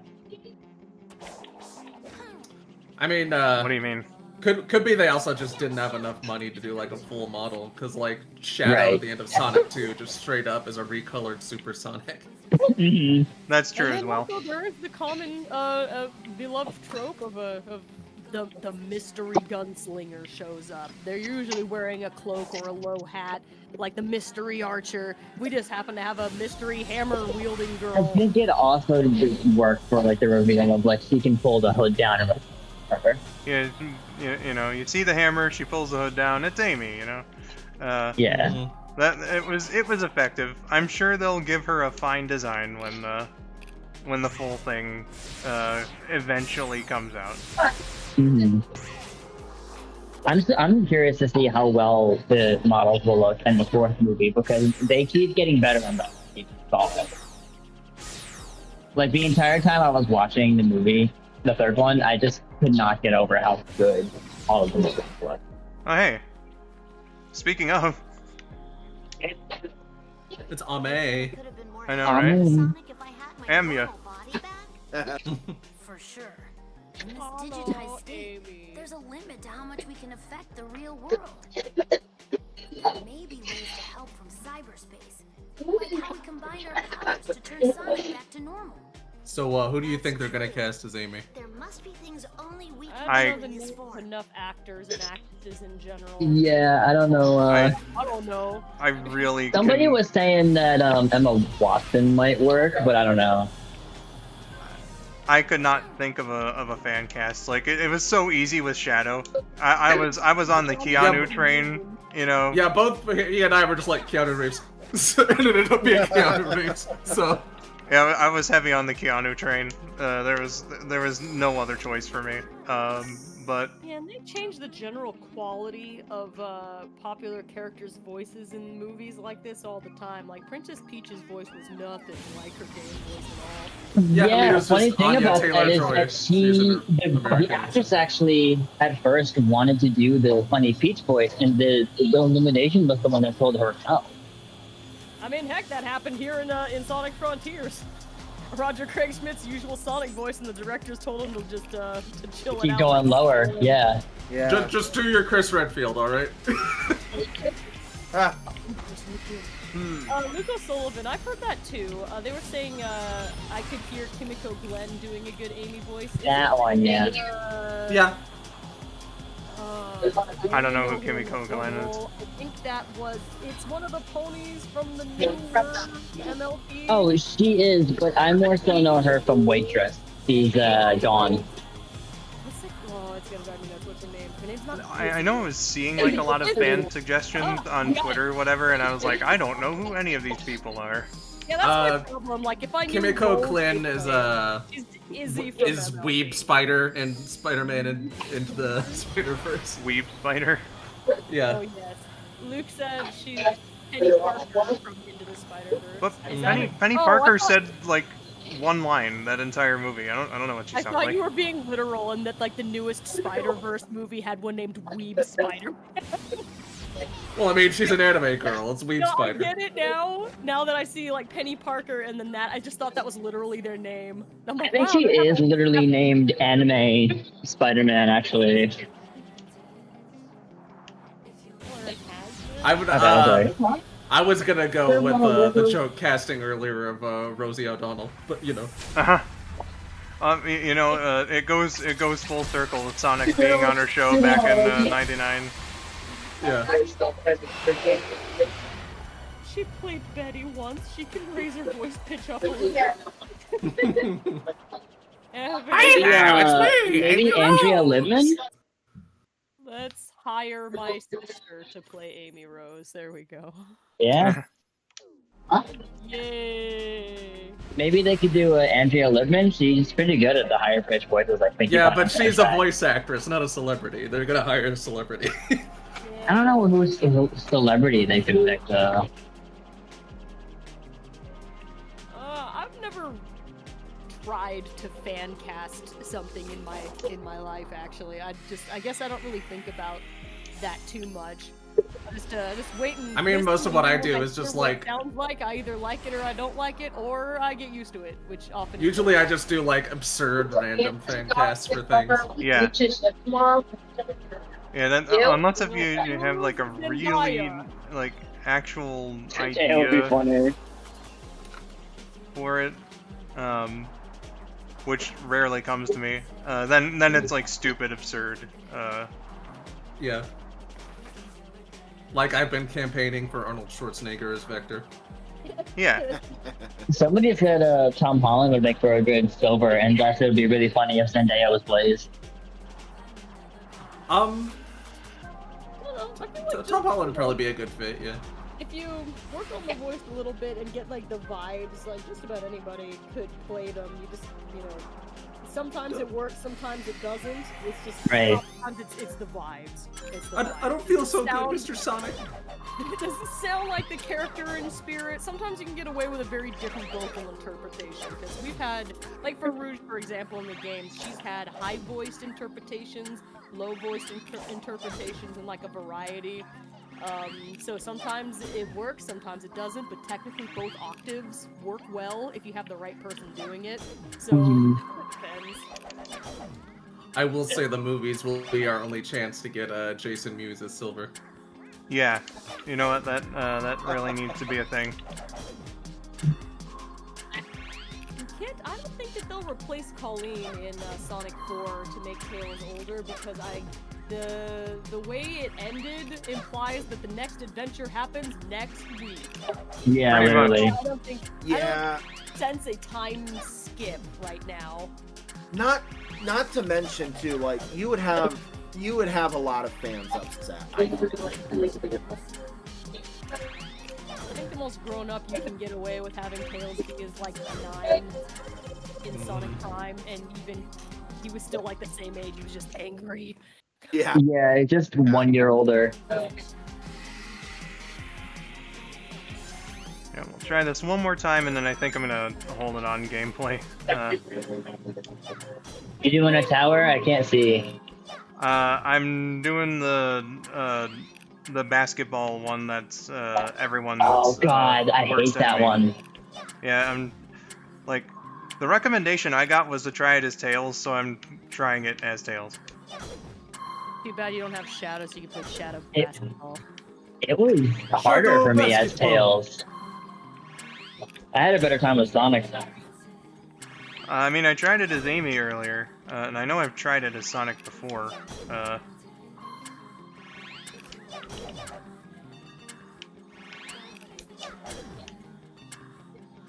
I was gonna say earlier for the tower, sometimes I forget that you can do this. You can parry in the air when you fall off, so you can like sort of look around and plan if you can like land somewhere else other than just the ground. Or you can play it on easy mode and not have to worry about that shit. Nah, we go hard mode. We're not pussies. Fuck that, man. They built those for masochists. I hate and love doing the towers on hard mode. It feels really good when you actually get it done. All right, we uncovered a good amount of map. I feel Give me a run, Steve. still a lot to do, but you know, we can spend these last 20 minutes more so with the fans, because I do feel bad that we haven't been able to get to your comments as much here on account of just how crazy the conversation got. And Well, whatnot. Lucas Sullivan said that they asked Vinny this question: if Mephiles was introduced in the movies, who would you want to voice them? Vinny said Andy Serkis, and I think that's perfect. Andy Serkis is a have no pretty idea. good choice. Yeah. You definitely want someone who can get into like a really low, growly, sort of intimidating range. And they do also have to be a little bit suave about it. When they met Mephiles before he was in his like evil crystal man form, I mean he was a mouthless, shady guy that Silver and Blaze encountered, but he still was like a little mysterious and personable. I think sometimes people lean into his like when he got really aggressive, people like performed that aspect of it. later, but they have to be able to like take it down a few notches, because otherwise Mephiles is never gonna, sell anybody on some shady ideas if he seems just like outright like evil villain laugh man. So you gotta be able to do both. Um, Deep, gravelly, evil, he's big energy, but also an ability to be kind of suave. I mean, I don't think that Mephiles really changed his voice up that much when he He changed, got but way louder. Not to spoil too much on Shadow Generations, his entire mode, that whole section, like you didn't get much of Trickster Mephiles in Shadow Gen. well, I You mean, definitely got there like was also like Here's the 18 boy. years of separation and a completely different voice actor and He all didn't that. have the opportunity to do, but then again, that still goes with the point. Different voice actor, yeah. I'm just saying, if you were gonna like have Mephiles in the movies, he's got to be able to have the nuance. To be, Because like, there's gonna be the energetic, story also, progression there. like, the cooler Part of the right. I see what you're saying, Kayan. Like part of the problem there is that in Shadow Gens it was just a boss fight for his appearance, so there wasn't like any progression of his character where he would get to that point of being the super gravelly, like super villain type guy that he would end up being by the end of, like, say, a movie.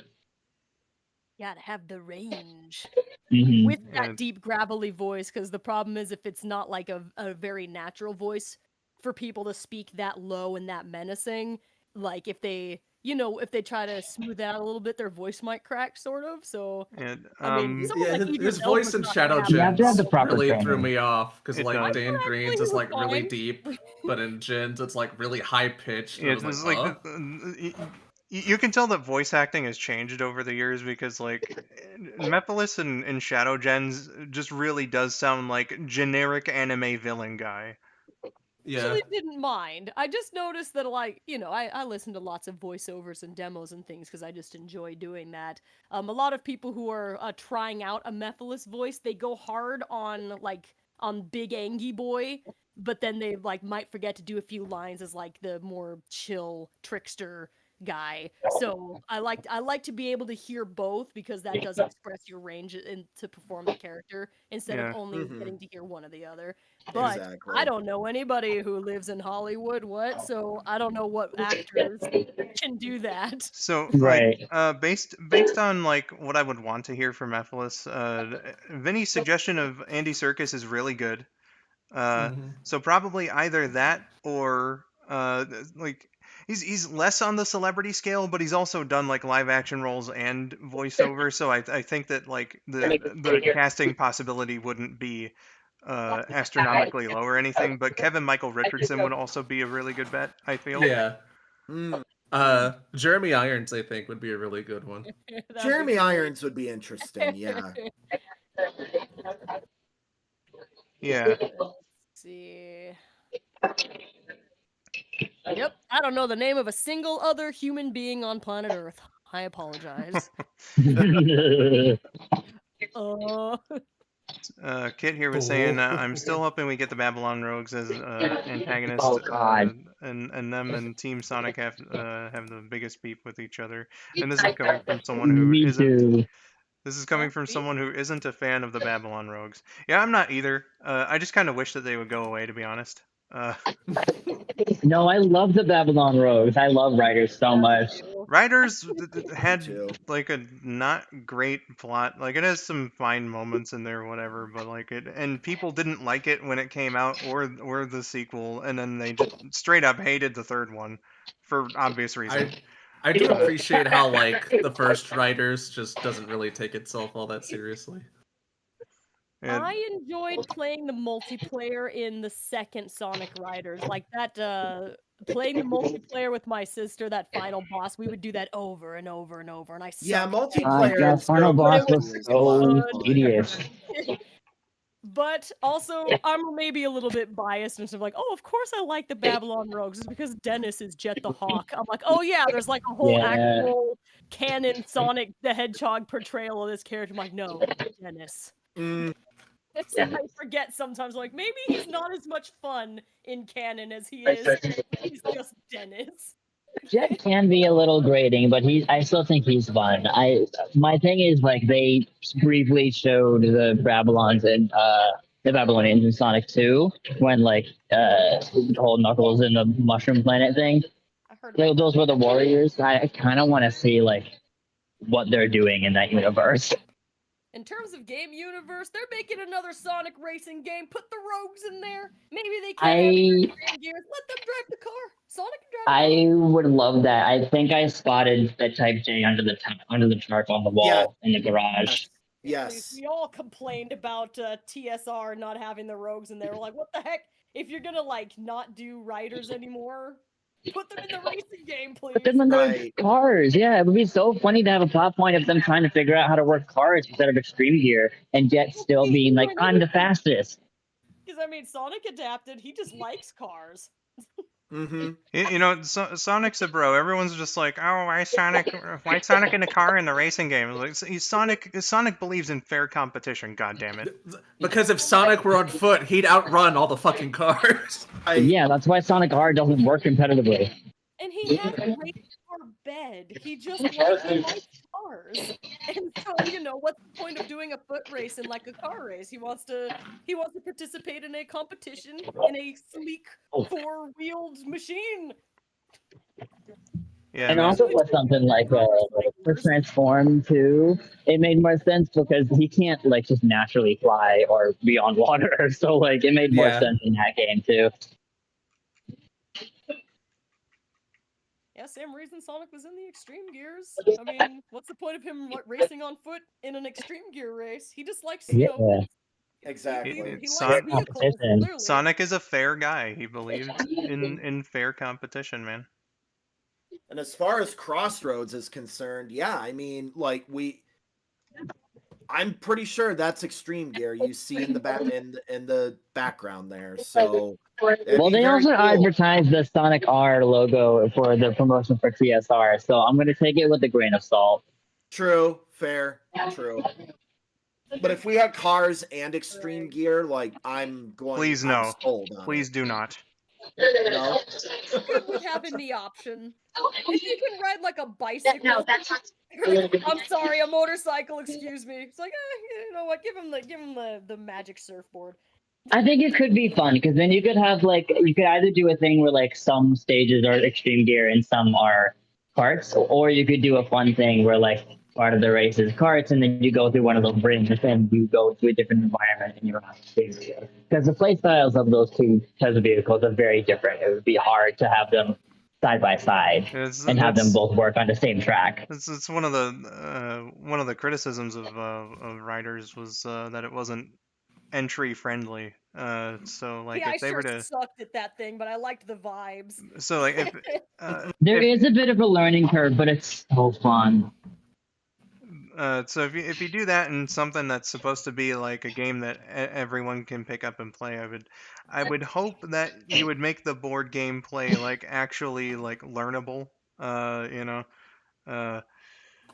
So that's kind of my thoughts on it. I just hope it's good. It's fine. I think it was just a problem because we were all kids and we were learning how to do riders, and it wasn't Mario. That's just my take. Is that I hope it's good. That's all I can say. I just like racing games and fighting games and all kinds of games. If I can have fun with the vibes, I'm good.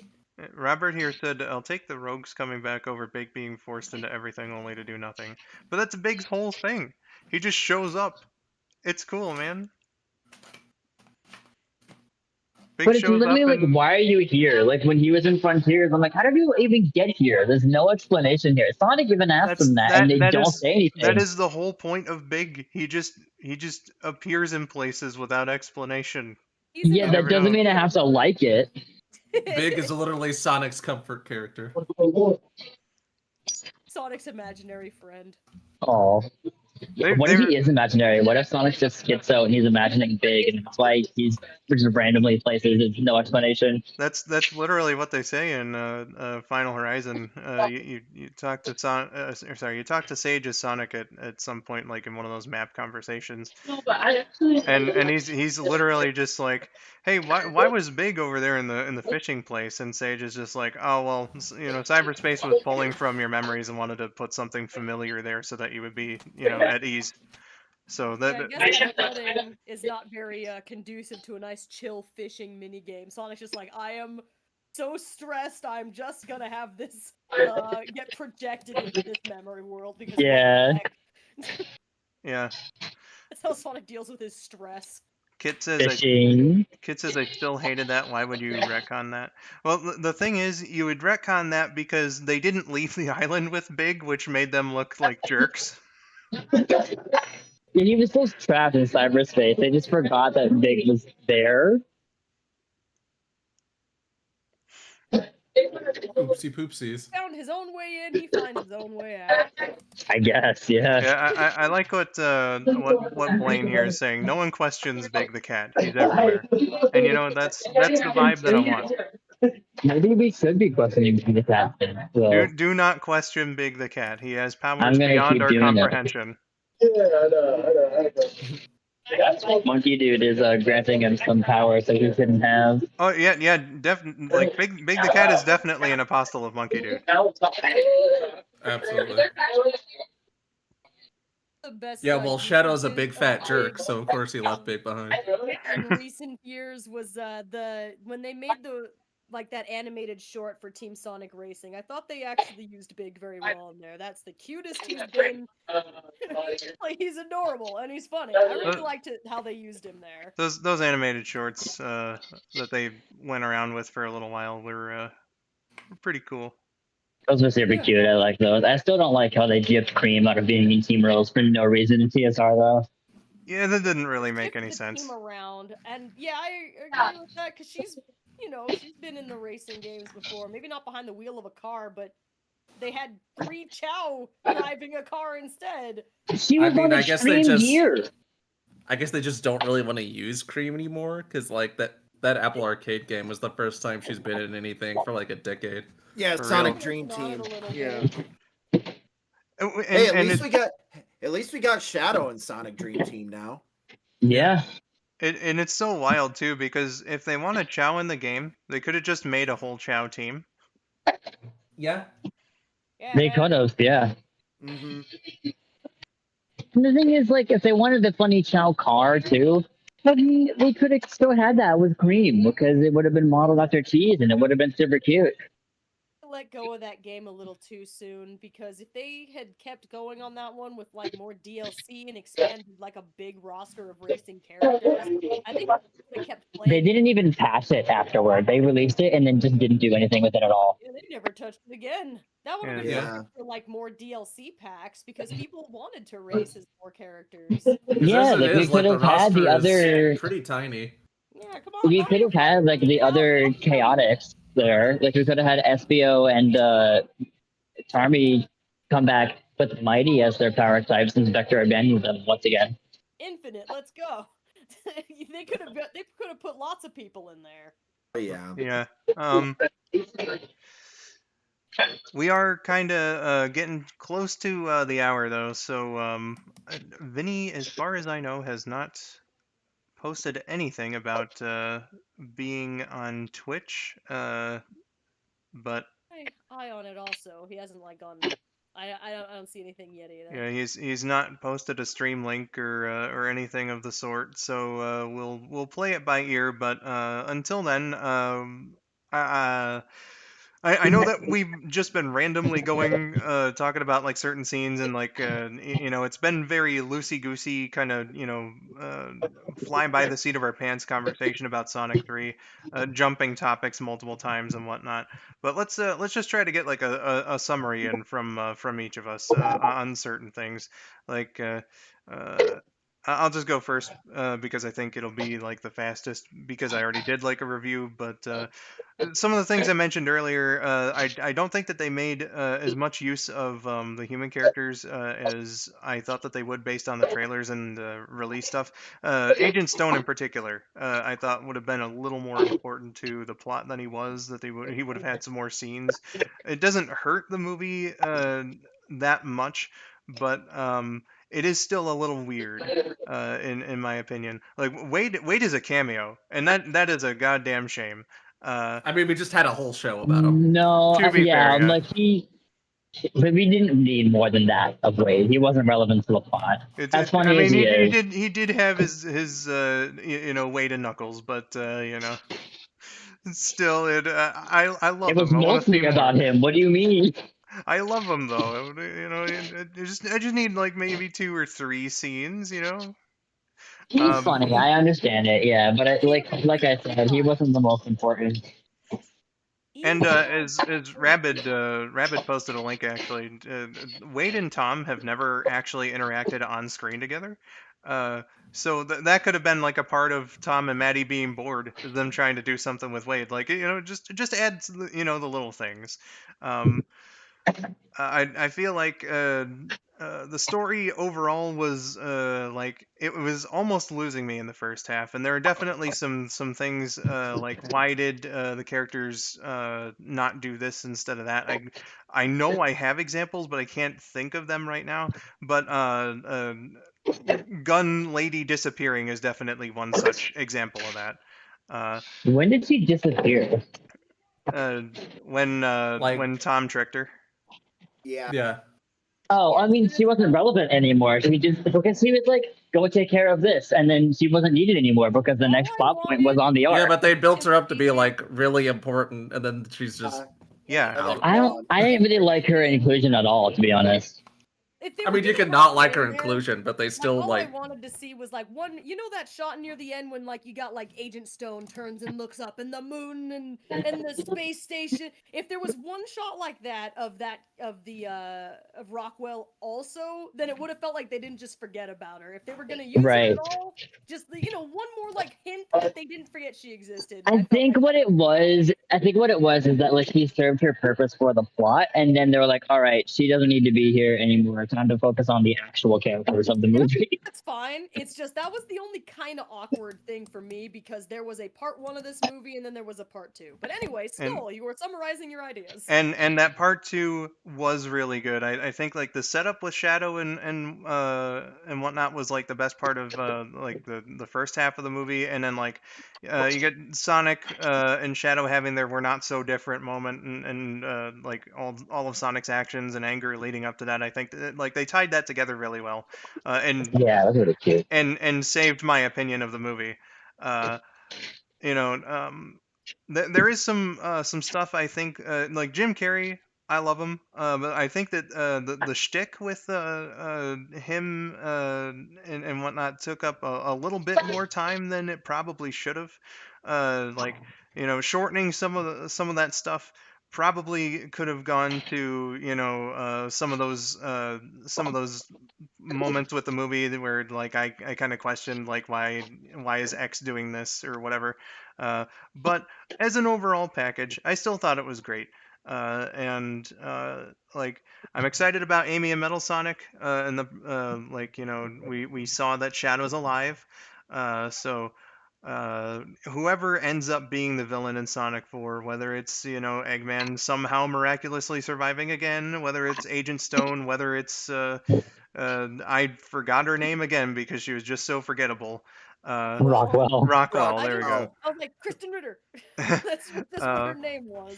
It's but one of the few celebrities I recognize and know the name of. yeah, like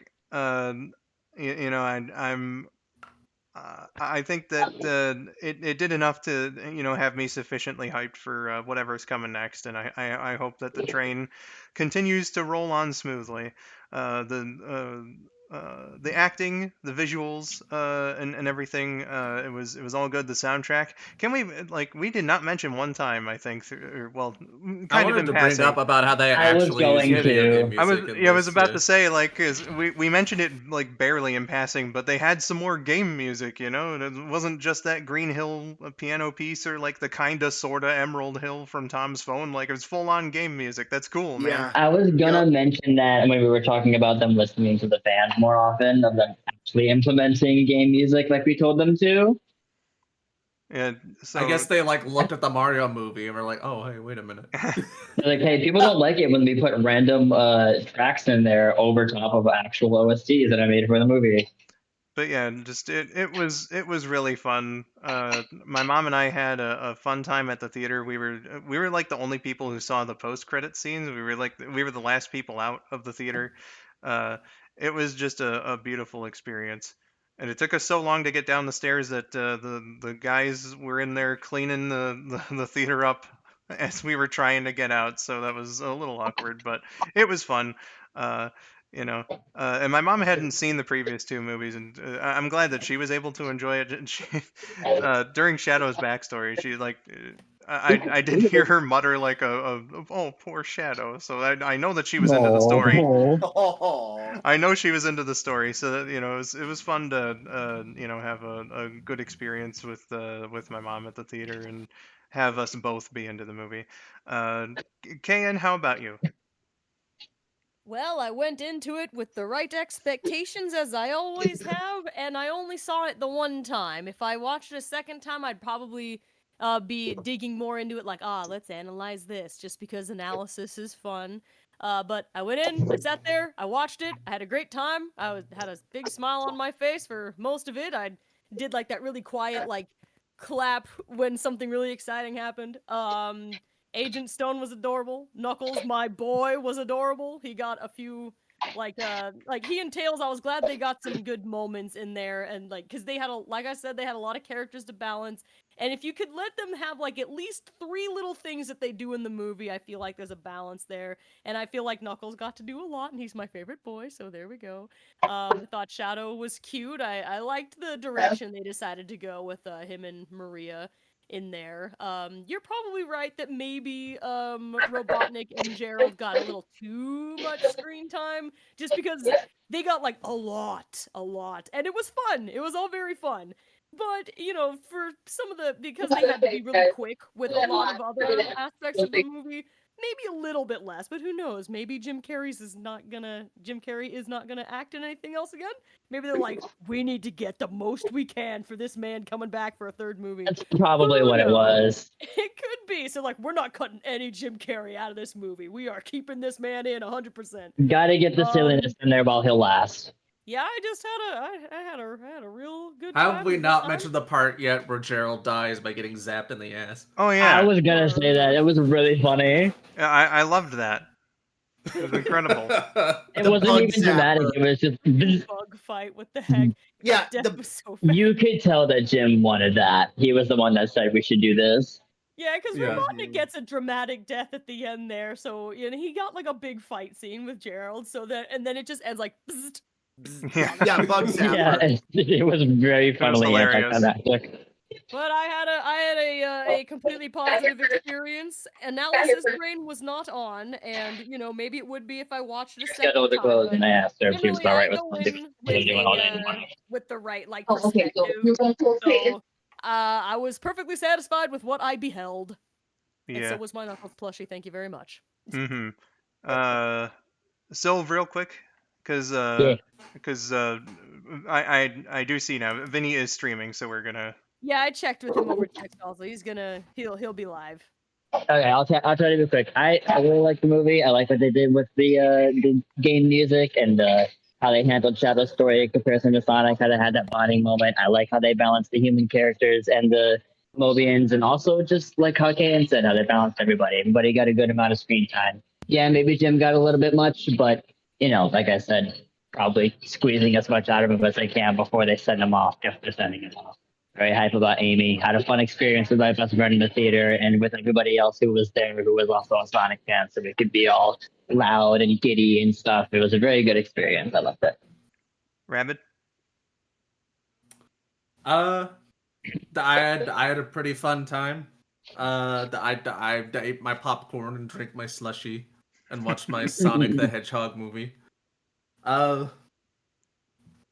Yeah, I really liked it a lot. I didn't really have any like glaring issues with it or anything aside from like what I mentioned previously, but Gotcha.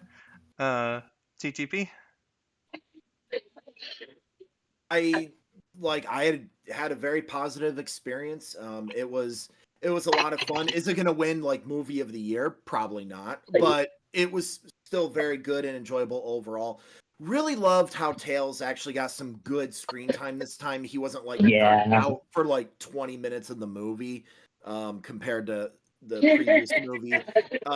Actually, had some good screen time and got to see him in his element, like be the gadget guy and watch him like do very cool things like disarming traps and hack the crab and all that. A little to float it out. USB.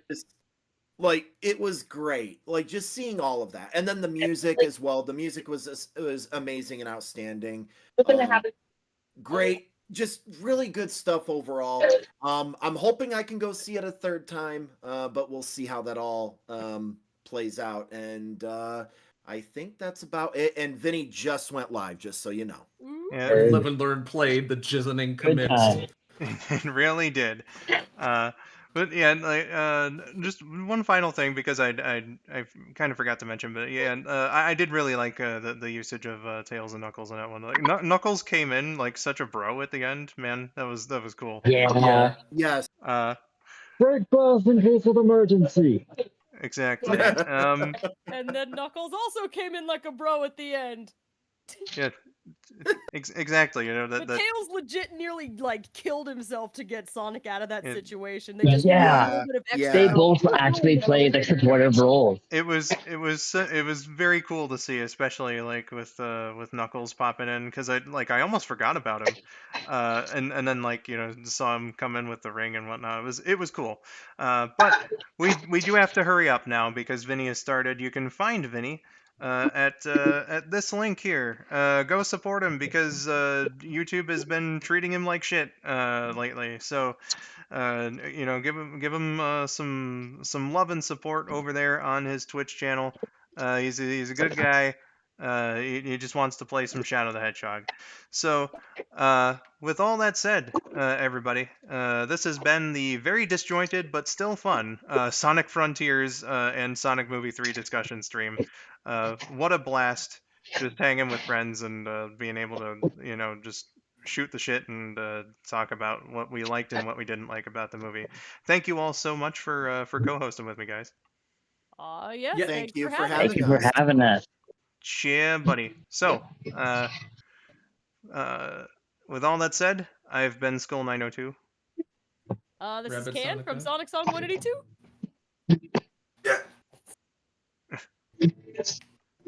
Tales of I've Forever been Silver 71 Ness. and Silver Ness. Bye. Bye. See ya, everybody.